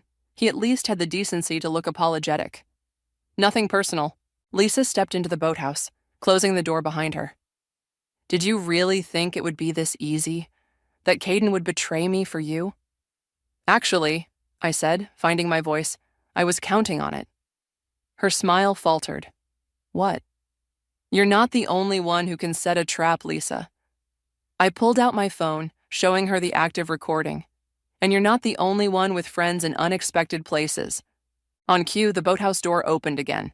Zachariah stepped in, followed by Raphael and two men I didn't recognize. Lisa Sanderson, Zachariah said formally, I believe you've just implicated yourself in corporate espionage. Again. Lisa's face drained of color as she realized what had happened. Her eyes locked with mine, cold with hatred. This isn't over, she whispered. For the first time since this nightmare began, I felt something like certainty. You're right, I agreed. It's just beginning. The private chapel on the Olsen estate felt charged with expectation, sunlight streaming through stained glass windows and casting jewel-toned patterns across the stone floor. I paced the length of the small sanctuary, my footsteps echoing in the silence. In less than an hour, everything would change. My phone buzzed with a text from Sienna. Are you ready for this? Was I? The plan we'd crafted with Zechariah was risky. If it failed, Lisa would walk away unscathed, possibly with enough leverage to still damage the Olsens. If it succeeded, I wasn't sure I was prepared for that either. The chapel door opened and Raphael entered. He'd been distant since the boathouse confrontation 2 days ago. Professional, focused on the plan, but something had shifted between us. Everything's set, he said, stopping a careful distance away. Zechariah has the documents ready. My father's board members are arriving now. I nodded, unable to find words. You don't have to do this, Raphael added softly.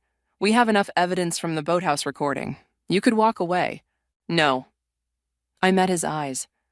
I need to see this through. For 20 years, Lisa made me believe I was lucky to have her friendship, that I was the taker, and she was the giver. My voice strengthened. I need to be there when she finally faces the truth. Raphael studied me for a long moment. You're not who I thought you were when we first met. Is that good or bad? Good. A small smile touched his lips. Definitely good. Before I could respond, the door opened again. Zechariah entered, his expression grave. It's time, he said. Lisa's arrived with her lawyer. My stomach tightened. This was it. Remember, Zechariah continued, let me lead the conversation. Say nothing until I give you the signal. I took a deep breath and followed them out of the chapel, across the manicured grounds to the main house. With each step, memories of Lisa flooded my mind. Childhood secrets shared, teenage heartbreaks soothed, adult milestones celebrated. 20 years of friendship built on a foundation I now realized had always been cracked. The Olsen family's formal sitting room had been transformed into something resembling a courtroom. Edward sat at the head of a long table, flanked by stern-faced board members. Lisa was already seated on one side, a sharp-suited lawyer beside her. She didn't look up when we entered. Zechariah directed me to a seat directly across from Lisa. As I sat down, she finally raised her eyes to mine. No remorse, no shame, only cold calculation. Thank you all for coming, Edward began. We're here to address serious allegations regarding corporate espionage targeting Olsen Technologies. Lisa's lawyer leaned forward. My client has made it clear that these allegations are false, manufactured by Ms. Reyes out of jealousy and obsession. That's why we've gathered evidence beyond Ms. Reyes's testimony, Zechariah replied smoothly. He placed a folder on the table. Financial records showing payments from Vertex Technologies to an offshore account linked to Ms. Sanderson. Communications between Ms. Sanderson and Vertex executives dating back 18 months. And most damning, he paused for effect. Testimony from Caden Watson, detailing the entire operation. Lisa's composure cracked. Caden would never. Mr. Watson reached an immunity agreement with federal investigators yesterday, Zechariah interrupted, in exchange for his full cooperation. The room fell silent as the implications sank in. This wasn't just about corporate espionage anymore. This was federal territory. Lisa's lawyer whispered urgently in her ear. Her face paled. Before we proceed, Zechariah continued, Ms. Reyes has requested an opportunity to address Ms. Sanderson directly. This was my cue, the moment we'd planned for. I stood slowly, my legs steadier than I expected. Lisa, I began, my voice clear in the hushed room. For 20 years, I believed you were my best friend. I trusted you with everything. My secrets, my insecurities, my loyalty. Lisa's expression hardened. Save the dramatics, Maria. We both know this is about Raphael. No, I said firmly. This has never been about Raphael. This is about you and me. About the fact that you used our friendship as a weapon. That you calculated every moment of connection between us. You have no idea what you're talking about. Don't I? I reached into my bag and pulled out a small worn journal. Lisa's eyes widened in recognition. Your diary from senior year. The one you lost at my house. The one where you wrote about befriending the quiet, desperate girl because her father worked for the university admissions office. Murmurs rippled through the room. Lisa's lawyer placed a restraining hand on her arm. You kept that all these years? Lisa asked, her voice barely audible. I found it when I was cleaning out my childhood bedroom last week. I was going to return it to you. I laughed softly. I thought it might have sentimental value. It doesn't prove anything, she said, but uncertainty had crept into her voice. Maybe not legally, but it proves something to me. I opened the journal to a marked page. You wrote, Maria is so pathetically grateful for attention that she'll do anything I ask. It's almost too easy. The words hung in the air between us. For the first time since this began, I saw genuine emotion in Lisa's eyes. Not remorse, but fear. Fear that her carefully constructed image was crumbling. We were teenagers, she said dismissively. Everyone's cruel at that age. But most people grow out of it. I closed the journal. You just got better at hiding it. I turned to address the room. I'm not here for revenge. I'm here because Lisa Sanderson has spent her entire adult life manipulating people for personal gain. She targeted Raphael and his family with calculation and precision. And she used our friendship, a friendship I believed was real, to do it. Lisa stood abruptly. This is absurd. You have no proof of anything except that I wrote some mean things as a teenager. Actually, Zechariah interjected, we have this. He pressed a button on a remote, and a recording filled the room. Lisa's voice, crystal clear. You set this up, nothing personal. Then, my voice. You're not the only one who can set a trap, Lisa. Lisa's face drained of color as the boathouse conversation played out. When it ended, the silence in the room was deafening. Ms. Sanderson, Edward said finally, I believe this meeting is over. Lisa's lawyer gathered their papers, whispering urgently in her ear. But Lisa wasn't listening. She was staring at me with a mixture of hatred and something else, something that looked almost like respect. As she stood to leave, she paused beside my chair. You know what's funny? She said quietly. After all these years, I never thought you had it in you. I met her gaze steadily. That was always your mistake.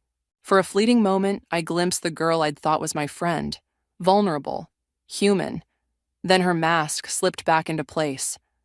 This isn't over, she whispered. Yes, Lisa, I replied, feeling a weight lift from my shoulders. It is. Steam rose from the tea in my hands as I sat on my apartment balcony, watching the city wake up. The morning air carried the scent of rain and possibility. For the first time in weeks, I'd slept through the night without dreaming of Lisa or betrayal or the look in her eyes when everything fell apart. My phone buzzed with a news alert. Vertex Technologies CEO resigns amid corporate espionage scandal. I smiled faintly. The dominoes were still falling. A knock at my door pulled me from my thoughts. I wasn't expecting anyone, especially not at 7 a.m. Through the peephole, I saw a delivery person holding a small package. "Maria Reyes?" she asked when I opened the door. "That's me. Sign here, please." The package was lightweight, unmarked except for my name and address. No return information. I set it on my kitchen counter, studying it with suspicion. After everything that had happened, paranoia felt justified. Finally, curiosity won. I carefully opened the package to find a thumb drive and a handwritten note. "You deserve to know everything. See, Caden." My hands trembled slightly as I plugged the drive into my laptop. It contained a single video file. I hesitated, then clicked play. Lisa appeared on screen, sitting in what looked like a hotel room. She was speaking to someone off camera. "The Maria angle is perfect," she was saying, taking a sip from a wine glass. "She trusts me completely. Through her, I can get close to Raphael without raising suspicions." "And you're sure she doesn't suspect anything?" A male voice. Caden's. Lisa laughed. "Maria, please. She's spent her whole life in my shadow, grateful for whatever scraps of attention I throw her way." I flinched at the casual cruelty, but kept watching. "What about your history?" Caden asked. "You've known each other since childhood. There must be some genuine connection." Lisa's expression shifted, something almost vulnerable crossing her face. "We were friends once, real friends, before I understood how the world works."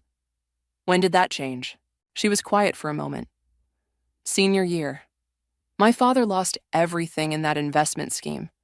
Suddenly we were broke and all my so-called friends disappeared. Except Maria." Lisa's voice hardened. "That's when I realized the truth. People are assets or obstacles. Maria was useful, so I kept her close. And now? Now she's the key to everything." Lisa smiled, but it didn't reach her eyes. "The perfect pawn who doesn't even know she's on the board." The video ended. I sat motionless, processing what I'd just seen. Even knowing everything Lisa had done, hearing her speak about me with such calculated detachment still hurt. But something else nagged at me. Something in her expression when she mentioned our past friendship. A flicker of regret? My doorbell rang again. This time, Raphael stood in the hallway, holding coffee in a paper bag that smelled like cinnamon. "Peace offering," he said, holding them up. "I thought you might need breakfast after yesterday." I let him in, grateful for the distraction. "Have you seen the news?" "About Vertex? Yes. My father's ecstatic." He set the coffee on my counter, noticing my laptop. "What's that?" "A gift from Caden. Apparently he's still trying to secure his immunity deal." Raphael's expression darkened. "More evidence against Lisa?" "In a way." I closed the laptop. "It doesn't matter anymore." "Doesn't it?" He studied me carefully. "You still care about her." "I care about who I thought she was." I took a sip of the coffee he'd brought. "There's a difference." We moved to the balcony. The city spread before us like a promise. For a while, we sat in comfortable silence. "What happens now?" I finally asked. "Legally, Lisa's facing federal charges. Caden too, probably, despite his cooperation." Raphael shrugged. "My family's company is safe. The board voted unanimously to implement new security protocols." "That's not what I meant." He smiled slightly. "I know." Another silence stretched between us, filled with unspoken possibilities. "I'm selling my wedding planning business," I said suddenly. Raphael looked surprised. "Why? You're good at it." "I was good at it because I lived for other people's happiness, making their dreams come true because I didn't have any of my own." I turned to face him. "I don't want to do that anymore." "What do you want, Maria?" The question hung in the air between us. 6 weeks ago, I wouldn't have had an answer. My entire identity had been wrapped up in being Lisa's loyal friend, in being needed, in being useful. "I want to find out who I am without Lisa's shadow over me," I said finally. "I want to trust my own judgment again. I hesitated, then continued more firmly. "I want to build connections that are real, not convenient, not useful, just real." Raphael nodded slowly. "That sounds like a good place to start." My phone chimed with a text. I expected Sienna or Zechariah, but the number was unfamiliar. I meant what I said. It's not over. But maybe not in the way you think.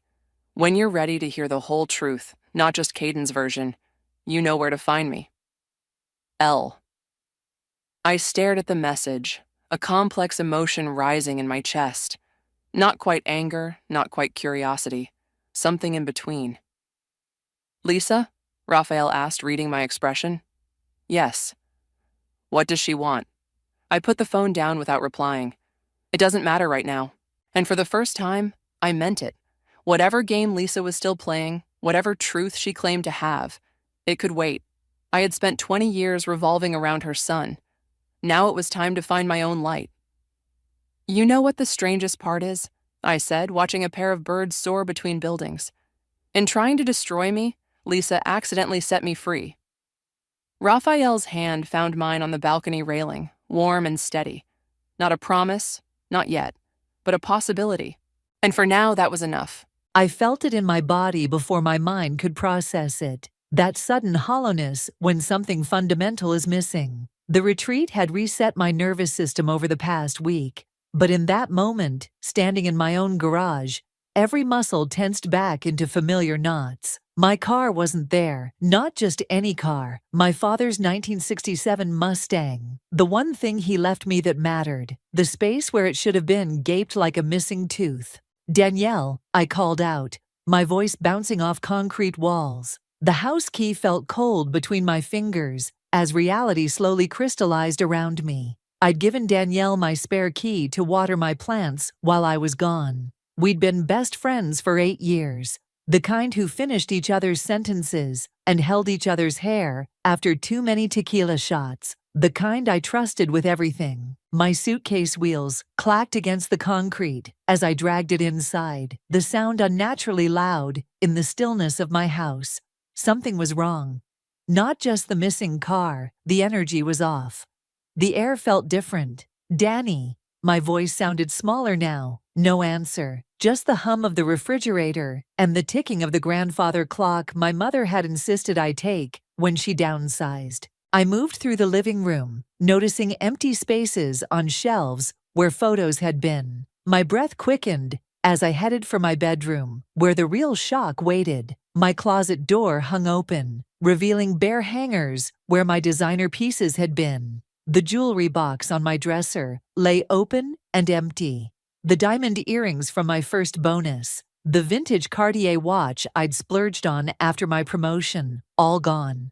My phone buzzed in my pocket. A text. Sorry, Raquel, I needed a fresh start. You've always had everything so easy. Think of it as balancing the scales. Don't try to find me. My knees gave out, and I sank onto the edge of the bed. The mattress felt too soft, like I might fall through it into some endless void. My mind raced to process what was happening. Danielle had stolen from me, not just things, though the car alone was worth more than money could replace, but 8 years of friendship, of trust. No, I whispered, standing up and pacing. No, no, no. I called her immediately, straight to voicemail. Danielle, what the fuck? Call me back right now. My voice cracked as anger battled with disbelief. I tried again and again. Nothing. I scrolled through our text history, looking for clues I might have missed. Our last exchange was about my trip, her wishing me a relaxing time, me thanking her for watching the house. Normal, mundane, a lie. The bathroom door was ajar, and I pushed it open to splash cold water on my face. My reflection looked wrong somehow. Same dark eyes, same wavy hair falling past my shoulders. But something had changed. The woman staring back at me looked haunted. I gripped the edge of the sink. Think, Raquel, think. Cameron. I needed to call Cameron. He was friends with both of us, had introduced us at a housewarming party years ago. Surely he'd know something. He answered on the third ring. Hey, you're back. How was the— Danielle took my car. I cut in. And my jewelry, and half my closet. Tell me you know where she is. The silence stretched for 3 beats too long. Cameron. Jesus. Raquel. Are you serious? Would I joke about this? My father's car. Cameron. She took my father's car. Another pause. I haven't talked to her in a couple days, but he hesitated. She mentioned something about moving with some new guy. Freddie, I think. I assumed you knew. My free hand curled into a fist. New guy. She's been single for months. Not anymore.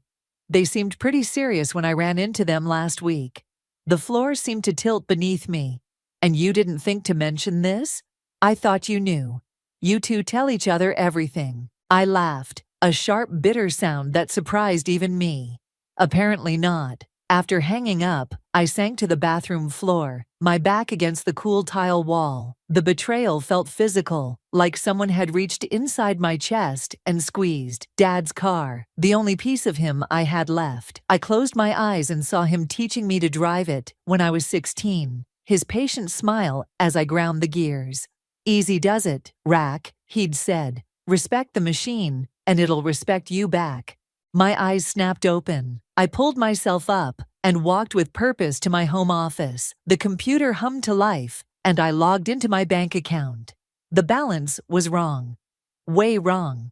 I scrolled through recent transactions, my stomach dropping with each swipe. Multiple transfers to an account I didn't recognize over the past week. Small enough to not trigger fraud alerts. Large enough to drain nearly $30,000. While I'd been meditating and journaling at a lakeside retreat, Danielle had been systematically dismantling my life. I grabbed my phone and took a picture of the transaction history, then opened my contacts. I scrolled past Danielle's name, my thumb hovering for a moment before continuing, and tapped on Eloise, my colleague, and the only person I trusted right now. I need your help, I texted, and possibly a lawyer. Then I looked back at my reflection, something hardening behind my eyes.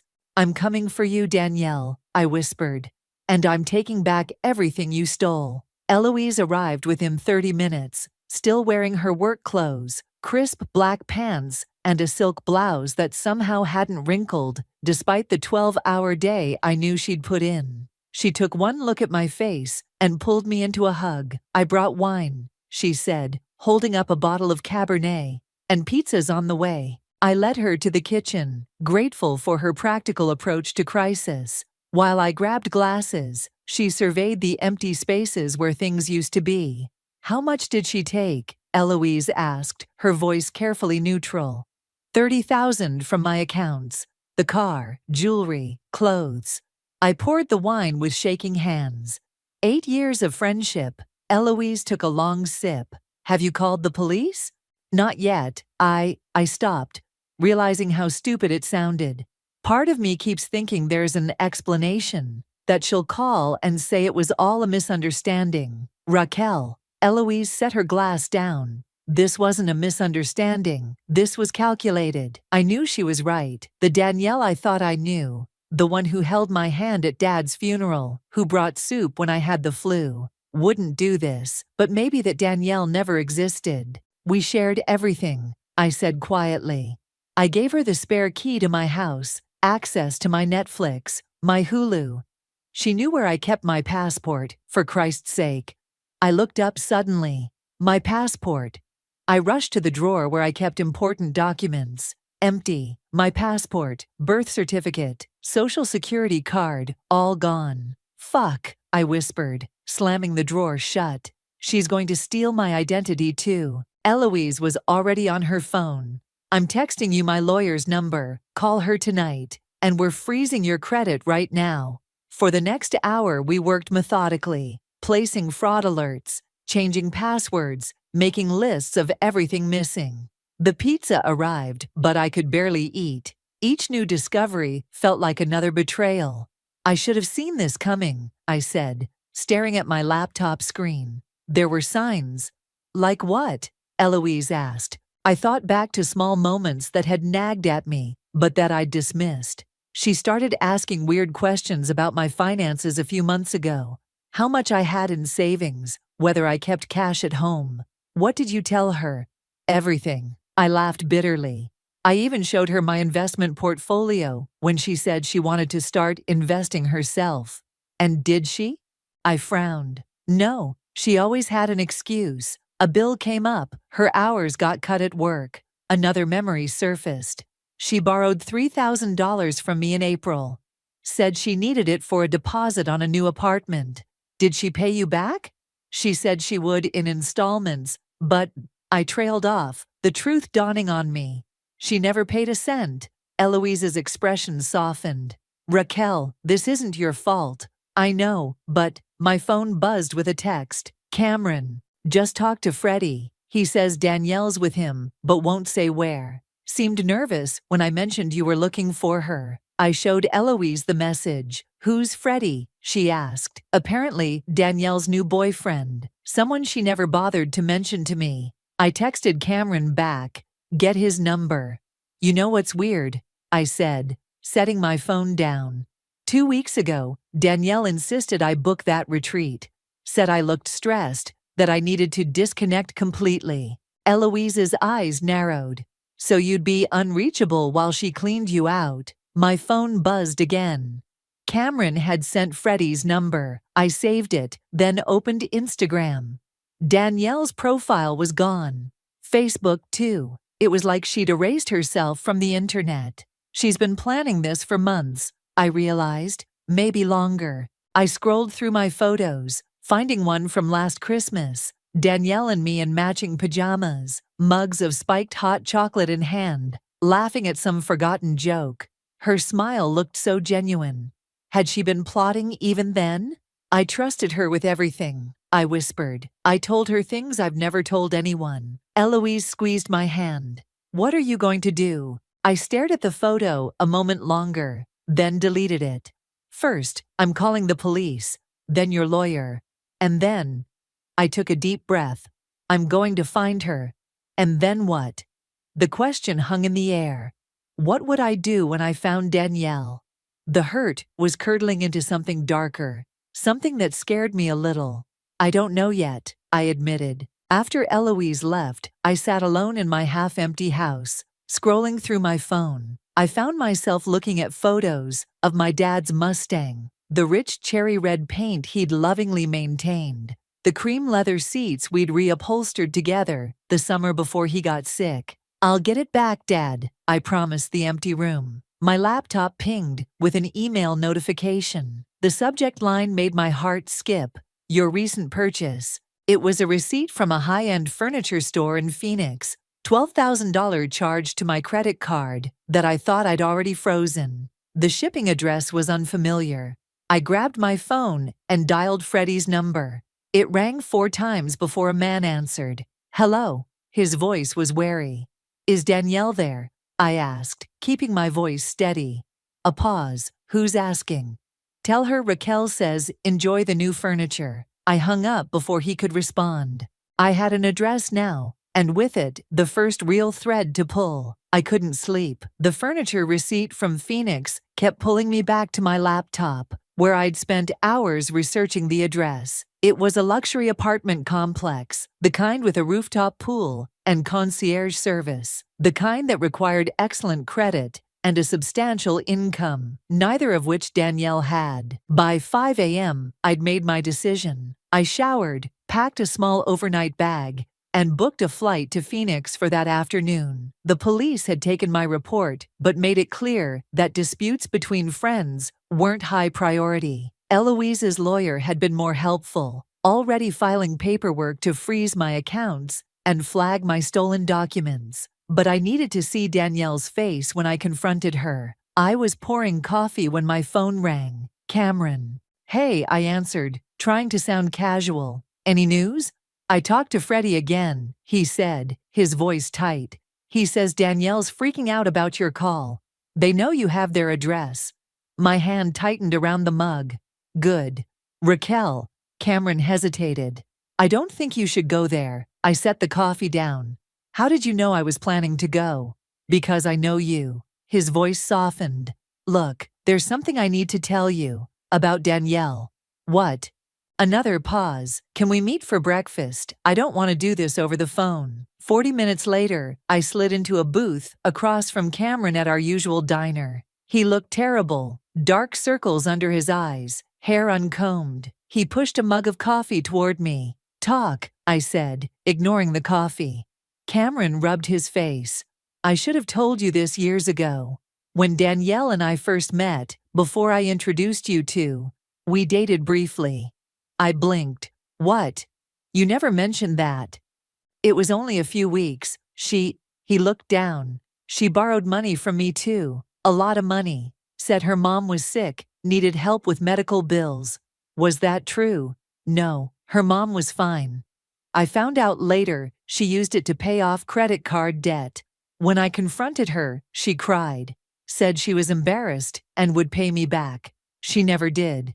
He met my eyes. After we broke up, she asked me to introduce her to you. The implications hit me like a physical blow. You're saying she targeted me from the beginning? I don't know, maybe. Cameron looked miserable. At first, I thought she genuinely wanted to be friends with you. By the time I realized she might have ulterior motives, you two were so close. I didn't want to mess that up without proof. So you said nothing. My voice was ice. For 8 years. I'm sorry, Raquel, I really am. I stood up, unable to stay seated with the anger coursing through me. I have to go. Wait. Cameron grabbed my wrist. There's more. Freddie isn't just some random guy. He's got a record, fraud, identity theft. He's dangerous. I pulled my arm away. All the more reason for me to get my things back now, before they do more damage. At least let me come with you. No. I grabbed my bag. I don't know who I can trust anymore. Back home, I paced my living room. Cameron's revelations spinning in my head. Had our entire friendship been a long con? Every heart-to-heart conversation, every shared secret, had Danielle been cataloging my vulnerabilities all along? I opened my laptop and searched Freddie's name, plus fraud. Several articles popped up about a Frederick Rogers who'd been arrested 3 years ago for an elaborate identity theft scheme targeting wealthy women. The mugshot confirmed it was the same man I'd glimpsed in Cameron's Instagram photos. My phone buzzed with a text from an unknown number. It's Freddie, we need to talk. My heart raced. About what? Danielle doesn't know I'm texting you. Meet me at Riverside Park at noon. Come alone. I stared at the message. It was obviously a trap. Or was it? If Freddie was willing to turn on Danielle, maybe I could use that. Why should I trust you? I texted back. Because I have your father's car keys, and I know where the car is. I called Eloise immediately. He's playing you, she said, after I explained. Don't go alone. I won't, I promised. But I need to see what he wants.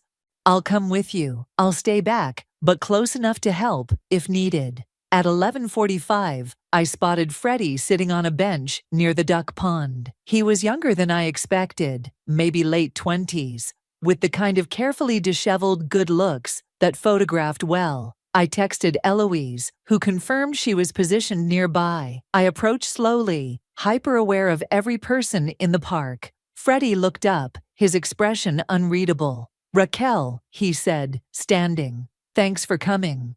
Where are my car keys? I demanded. He glanced around nervously. I don't have them with me. But I know where Danielle keeps them. Why would you help me? Because she's using me too. His voice had an edge of desperation. She told me you were rich, that you wouldn't miss the money. But now the cops are involved, and I can't go back to prison. So what do you want? A deal. I help you get your stuff back. You tell the cops I wasn't involved. I studied his face, looking for the lie. How do I know this isn't a setup? He pulled out his phone and showed me a photo. My father's Mustang parked in what looked like a storage unit. She's planning to sell it tomorrow, to a private collector who doesn't ask questions. My stomach dropped. Where is it?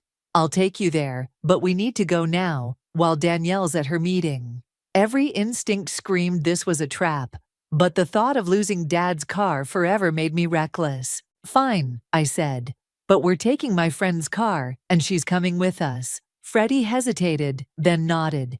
Deal. As I texted Eloise to bring the car around, I wondered if I was making a catastrophic mistake, but the alternative, doing nothing while Danielle dismantled my life piece by piece, was unthinkable. Let's go, I told Freddie, hoping I wouldn't regret this. Eloise's skepticism was palpable as Freddie directed us through the industrial outskirts of town. She kept glancing at him in the rearview mirror, her knuckles white on the steering wheel. "Left at the next light," Freddie said from the back seat, "then straight for about a mile. If this is bullshit," I said, turning to face him, "I'll make sure fraud charges are the least of your problems." He met my eyes. "Look, I didn't know what Danielle was planning until it was too late. She told me you were loaded, that you'd never miss what she took. And you believed her?" "I wanted to." He looked away. "I've got debts, bad ones." We pulled into a storage facility surrounded by a chain-link fence. The sign read, "Secure Lock Storage," in faded red letters. My pulse quickened. "Unit 217, Freddie said. "She has it under a fake name." Eloise parked, but left the engine running. "I don't like this," she muttered. "Me neither," I admitted. "But if my car's in there, I'll wait here," she said. "Any sign of trouble, I'm calling 911.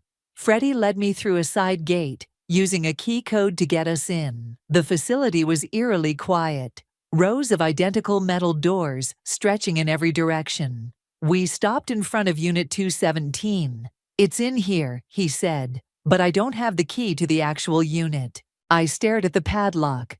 "Then why are we here?" "Because I know where she hides the key." He knelt down and felt along the bottom edge of the door, then produced a small magnetic box. Inside was a single key. My heart pounded as he unlocked the unit. The metal door rolled up with a screech, revealing a dim interior. And there it was, my father's Mustang, its cherry red paint dulled by dust, but unmistakable. "Oh my God," I whispered, moving toward it. "Wait," Freddie said, grabbing my arm. "There's something else you should know." I pulled away from him. "What?"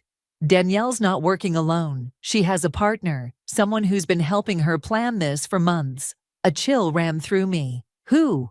Before he could answer, headlights swept across the open unit. A car had pulled up behind us. "Shit," Freddie hissed. "That's her." I froze, watching as Danielle stepped out of a sleek black Audi I'd never seen before. She looked different, hair shorter, dyed platinum blonde. Designer sunglasses hid her eyes despite the late afternoon shadows. "Well," she said, walking toward us, "this is awkward." Freddie moved slightly in front of me. "Danny, I can explain." "Save it." Her voice was cold. She pushed her sunglasses up to reveal eyes I barely recognized. Hard, calculating. "I knew you'd crack eventually. You always do." "You set me up," he realized aloud. She smiled thinly. "Had to flush out the rat somehow." Her gaze shifted to me. "Hello, Raquel. Enjoying the reunion with Daddy's precious car?" The casual cruelty in her voice stunned me. This wasn't the woman who'd held me when I cried, who'd celebrated every promotion with champagne and silly cards. This was a stranger wearing my best friend's face. "Why?" I managed to ask. 8 years, Danielle. 8 years of friendship. Was it all a lie? Something flickered across her face. Regret, maybe, or just annoyance at being confronted. "Not all of it. But you made it so easy, Raquel. Always so trusting, so generous, so oblivious." "To what?" "To how unfair it all is." Her voice hardened. "You with your perfect job, your family money, your charmed life. You never had to struggle for anything." I almost laughed. "You think my life has been easy. My father died when I was 23. I worked 60-hour weeks to get where I am. Nothing was handed to me." "Please," she rolled her eyes. "Your dad left you that car. Mine left me with $50,000 in debt and a mother who drank herself to death, trying to cope. But you wouldn't know anything about real problems, would you?" Before I could respond, Eloise appeared behind Danielle, phone in hand. "The police are on their way," she announced. "I've already sent them photos of the car and storage unit." Danielle's composure slipped for a moment. She glanced at Freddie, who shrugged helplessly. "You think this changes anything?" she asked me. "It's your word against mine. I'll say you loaned me the car, gave me the jewelry as gifts. Who's going to believe otherwise?"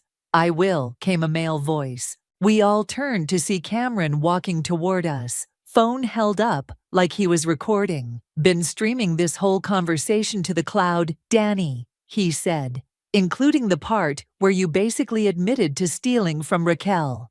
Danielle's face contorted with rage. "You backstabbing piece of—" "Save it," Cameron cut her off. "The police can hear your side." Sirens wailed in the distance. Danielle looked trapped, her eyes darting between us and the Audi. "This isn't over," she said to me, then turned and ran for her car. "Let her go," Eloise said, grabbing my arm as I instinctively moved to follow. "The police will find her." We watched as Danielle sped away, tires screeching. Freddie made no move to follow, standing awkwardly beside the Mustang. "I really didn't know how far she was going to take this," he said quietly. Cameron approached us, stopping his recording. "I followed you guys here. Figured you might need backup." "How did you know where we were going?" I asked. He glanced at Freddie. "I didn't. I put a tracking app on your phone last night. After you stormed out of the diner, I was worried. I should have been angry at the invasion of privacy, but all I felt was exhaustion." "Thank you," I said simply. As the police cars pulled up, I walked to my father's car and ran my hand along its hood. The metal felt cool under my palm, solid and real. I'd found one piece of what was stolen from me, but the bigger theft, my trust, my sense of security, felt irreparable. "We'll get everything back," Eloise said, coming to stand beside me. I nodded, but we both knew some things couldn't be recovered. As the police officers approached, I steeled myself for the questions to come, and the harder realization that the Danielle I thought I knew had never really existed at all. The police questioned us for hours. I answered mechanically, recounting every detail, while a detective nodded and took notes. Yes, we'd been friends for 8 years. No, there had been no falling out. Yes, I had documentation of the stolen funds. No, I hadn't given her permission to take anything. By the time they released us, my father's Mustang had been officially logged as recovered evidence. I couldn't take it home yet.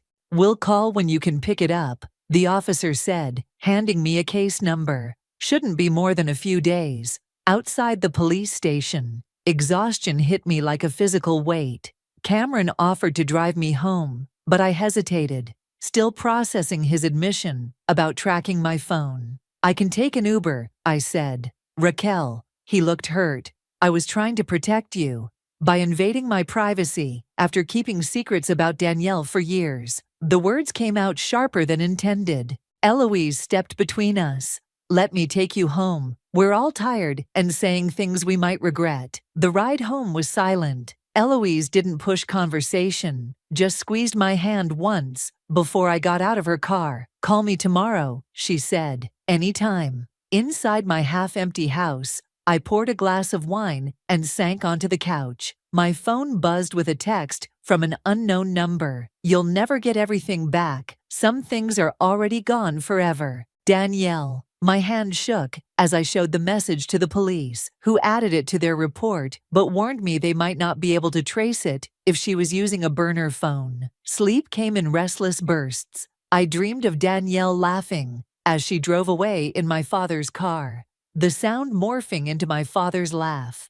Then back again. I woke at dawn, gritty-eyed and hollow. The financial damage was extensive. Over coffee, I made lists of what was still missing: jewelry, clothes, cash, documents. The bank had frozen my accounts, but not before Danielle had transferred out thousands. My credit cards were canceled, but the furniture charge was still pending. The police had put out an APB for Danielle, but with her new look and the fake ID Freddie admitted helping her obtain, she could be anywhere. My phone rang. Cameron again. I let it go to voicemail. He'd left 3 messages already, each more apologetic than the last. Instead, I called the number Eloise's lawyer had given me. "I need to know my options," I told her. "Not just legally, but practically. How do I find someone who doesn't want to be found?"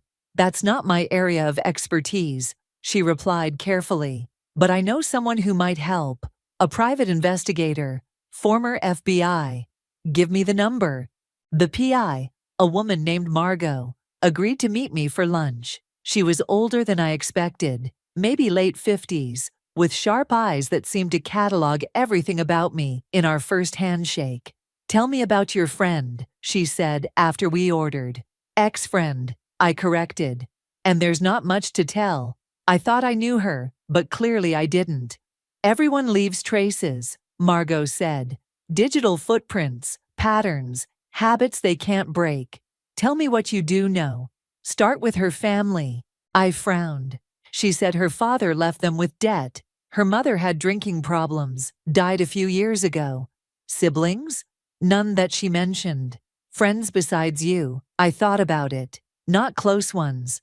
She was always saying people were too much work, that I was the only one who got her. Margot nodded.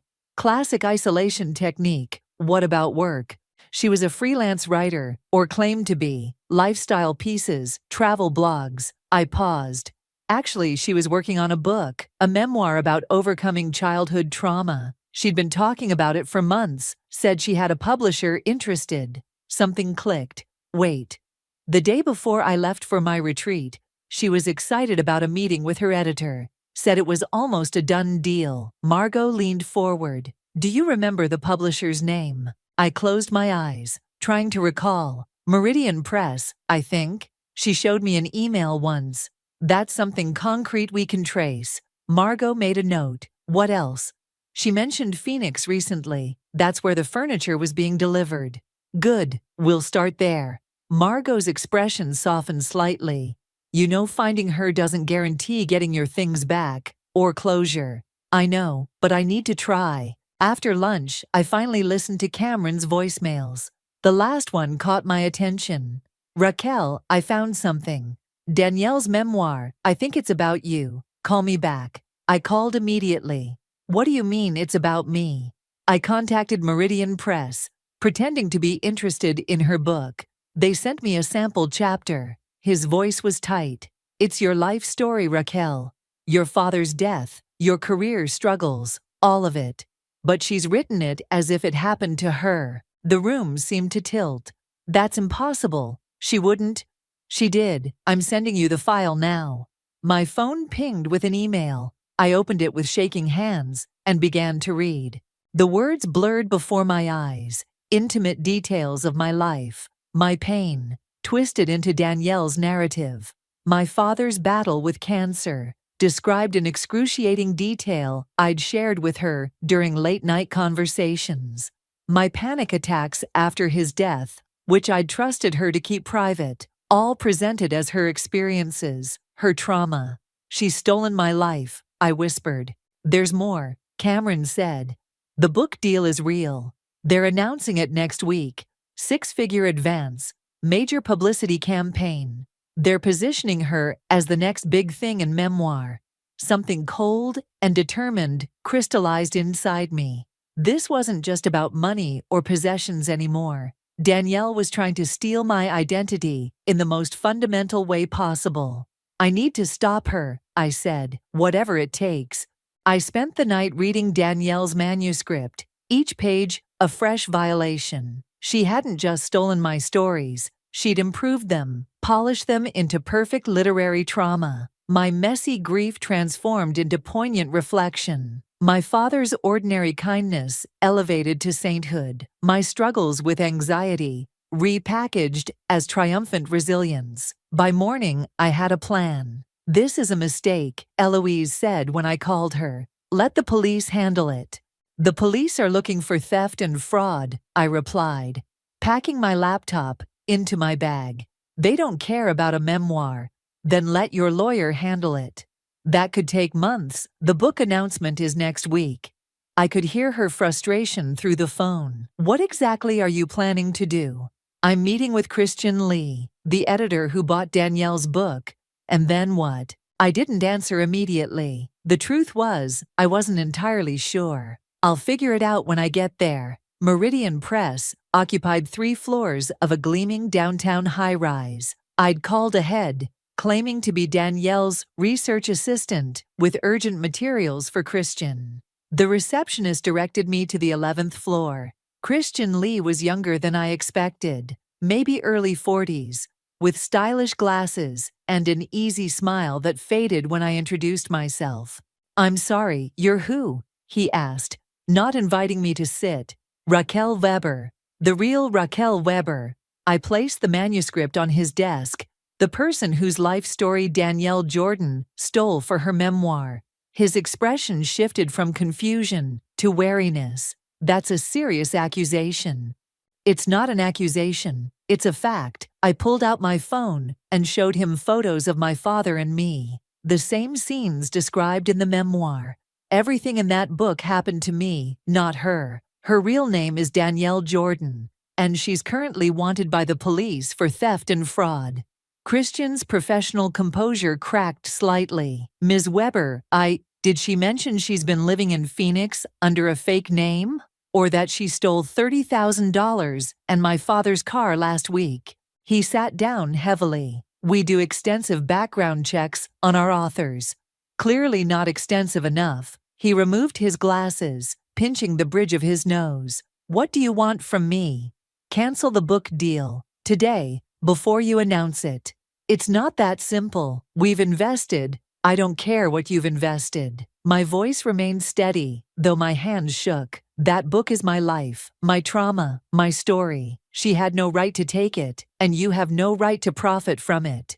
Christian studied me for a long moment. "I need to make some calls. Would you mind waiting outside?" I sat in the reception area for 45 minutes, watching assistants hurry past with coffee and manuscripts. Finally, Christian emerged. "We're looking into your claims," he said formally. "In the meantime, we're postponing the announcement."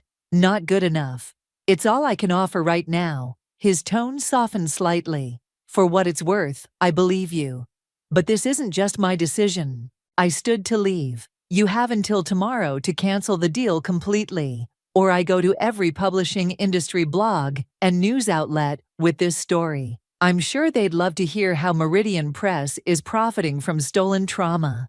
Outside, adrenaline drained from my body, leaving me shaky. I hadn't expected the confrontation to affect me so deeply. I called Cameron. "How did it go?" he asked. "They're looking into it," I said, mimicking Christian's tone. "I gave them an ultimatum." "That's something at least." He paused. "Listen, Margot called me. She found an address for Danielle in Phoenix, an apartment under the name Danielle Weber." My stomach dropped. "She's using my last name." "Looks like it. Margot's sending the details to your email." I thanked him and hung up, checking my inbox. The address was for a luxury apartment complex, the same one from the furniture delivery receipt. My phone buzzed with a text from an unknown number. "I know what you did. Back off or I release everything." I stared at the cryptic message. Release what? I showed it to Margot when she called to follow up. "It's a bluff," she said confidently. "Classic intimidation tactic. But what if it's not? What if she has something on me? Do you have secrets worth hiding?" I thought about it. My life was an open book, literally, now that Danielle had written it all down. Nothing that would matter. Then ignore it. Focus on the next step. The next step. I booked a flight to Phoenix for the following morning, ignoring the voice in my head that said this was crossing a line. Danielle had obliterated all lines between us. That evening, Christian called. "We've canceled the contract," he said without preamble. "The legal department agreed the situation is problematic." Relief flooded through me. "Thank you." "Don't thank me yet. Danielle's threatening to take the book elsewhere. Says she has proof the story is hers." "What proof?" "Journals, apparently. Going back years, and..." He hesitated. "She claims you're the one stealing from her, that you've been obsessed with her life and trying to take it over." I laughed bitterly. "That's ridiculous." "Maybe, but she's convincing and determined." After we hung up, I sat in stunned silence. Danielle wasn't just stealing my past, she was trying to rewrite it completely, casting me as the villain in my own life story. My phone buzzed with another text from the unknown number. "You shouldn't have done that. Now I take everything." Attached was a photo that made my blood run cold. A journal open to a page dated 3 years ago, describing my father's death in Danielle's handwriting. The details were perfect. The hospital room, The last words. The color of the sky that day. She'd been planning this for years. I forwarded the image to Margot with a simple message. I'm going to Phoenix tomorrow. I need to end this. Her reply came quickly. Don't go alone. But that was exactly what I intended to do. This was between Danielle and me now. A battle for my own life story. And I was done playing defense. Phoenix greeted me with scorching heat that stole my breath the moment I stepped off the plane. By the time my rideshare pulled up to Danielle's apartment complex, my cotton blouse clung to my back, and determination had hardened into something colder. The building was exactly as pretentious as I'd imagined. All glass and steel, with a uniformed doorman and a fountain in the lobby. I approached the front desk with practiced confidence. I'm here to see Danielle Weber, I said, the surname bitter on my tongue. The concierge checked his computer. I don't see you on her approved visitor list. It's a surprise, I smiled, channeling Danielle's easy charm. I'm her sister, just flew in from New York. He hesitated, then smiled back. I'll need to see some ID. I handed over my driver's license, heart pounding. His eyes flicked between my face and the name. Weber, right. Apartment 1107. I'll let her know you're coming up.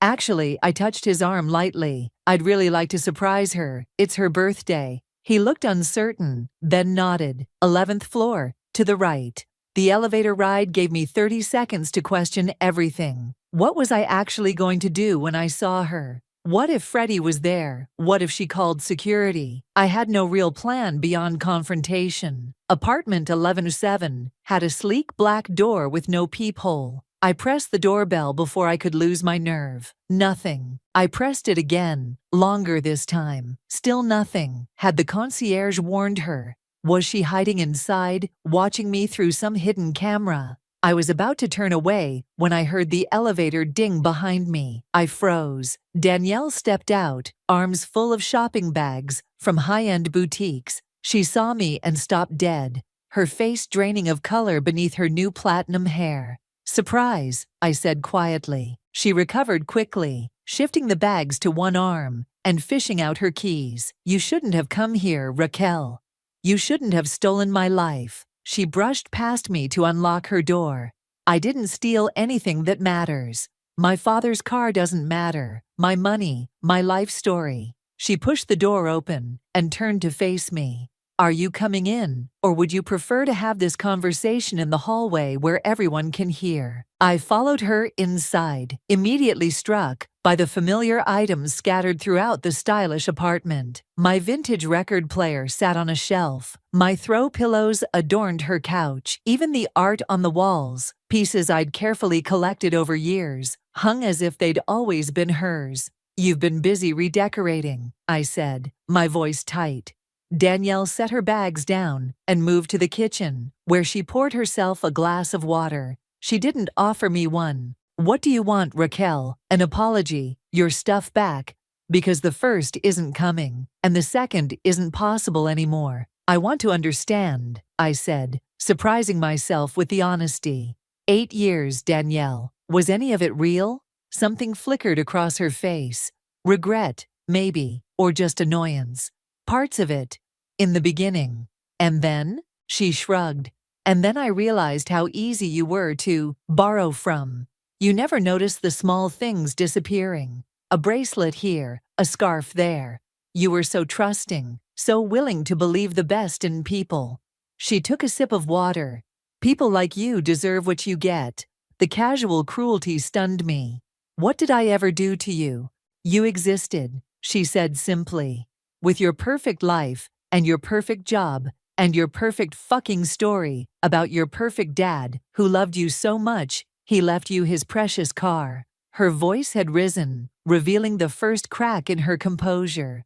Do you know what my father left me? Scars, and debt, and a mother who drank herself to death trying to forget him.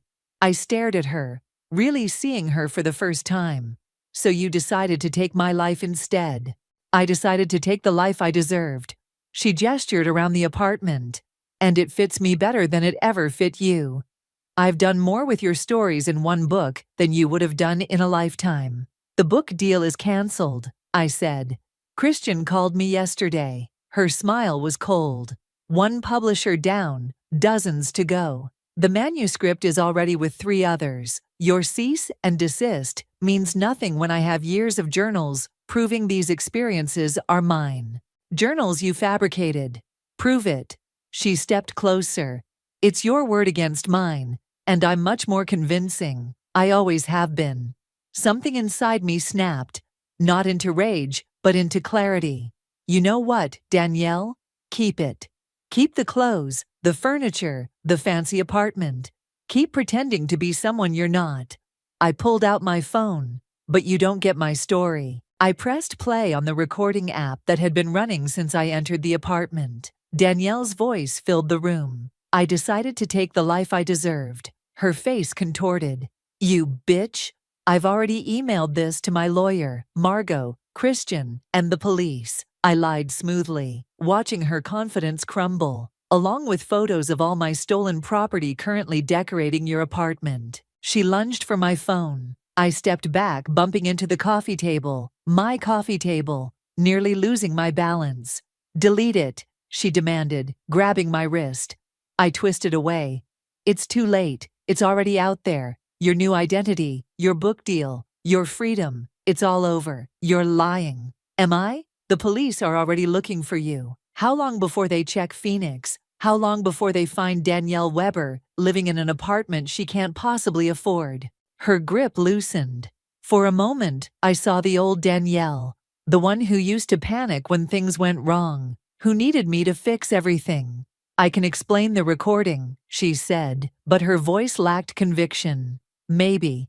But can you explain the journals when forensic experts date the ink, or the bank transfers, or the stolen car? I moved toward the door. It's over, Danielle. The only question is how much worse you want to make it for yourself. She followed me, desperation replacing anger. Raquel, wait.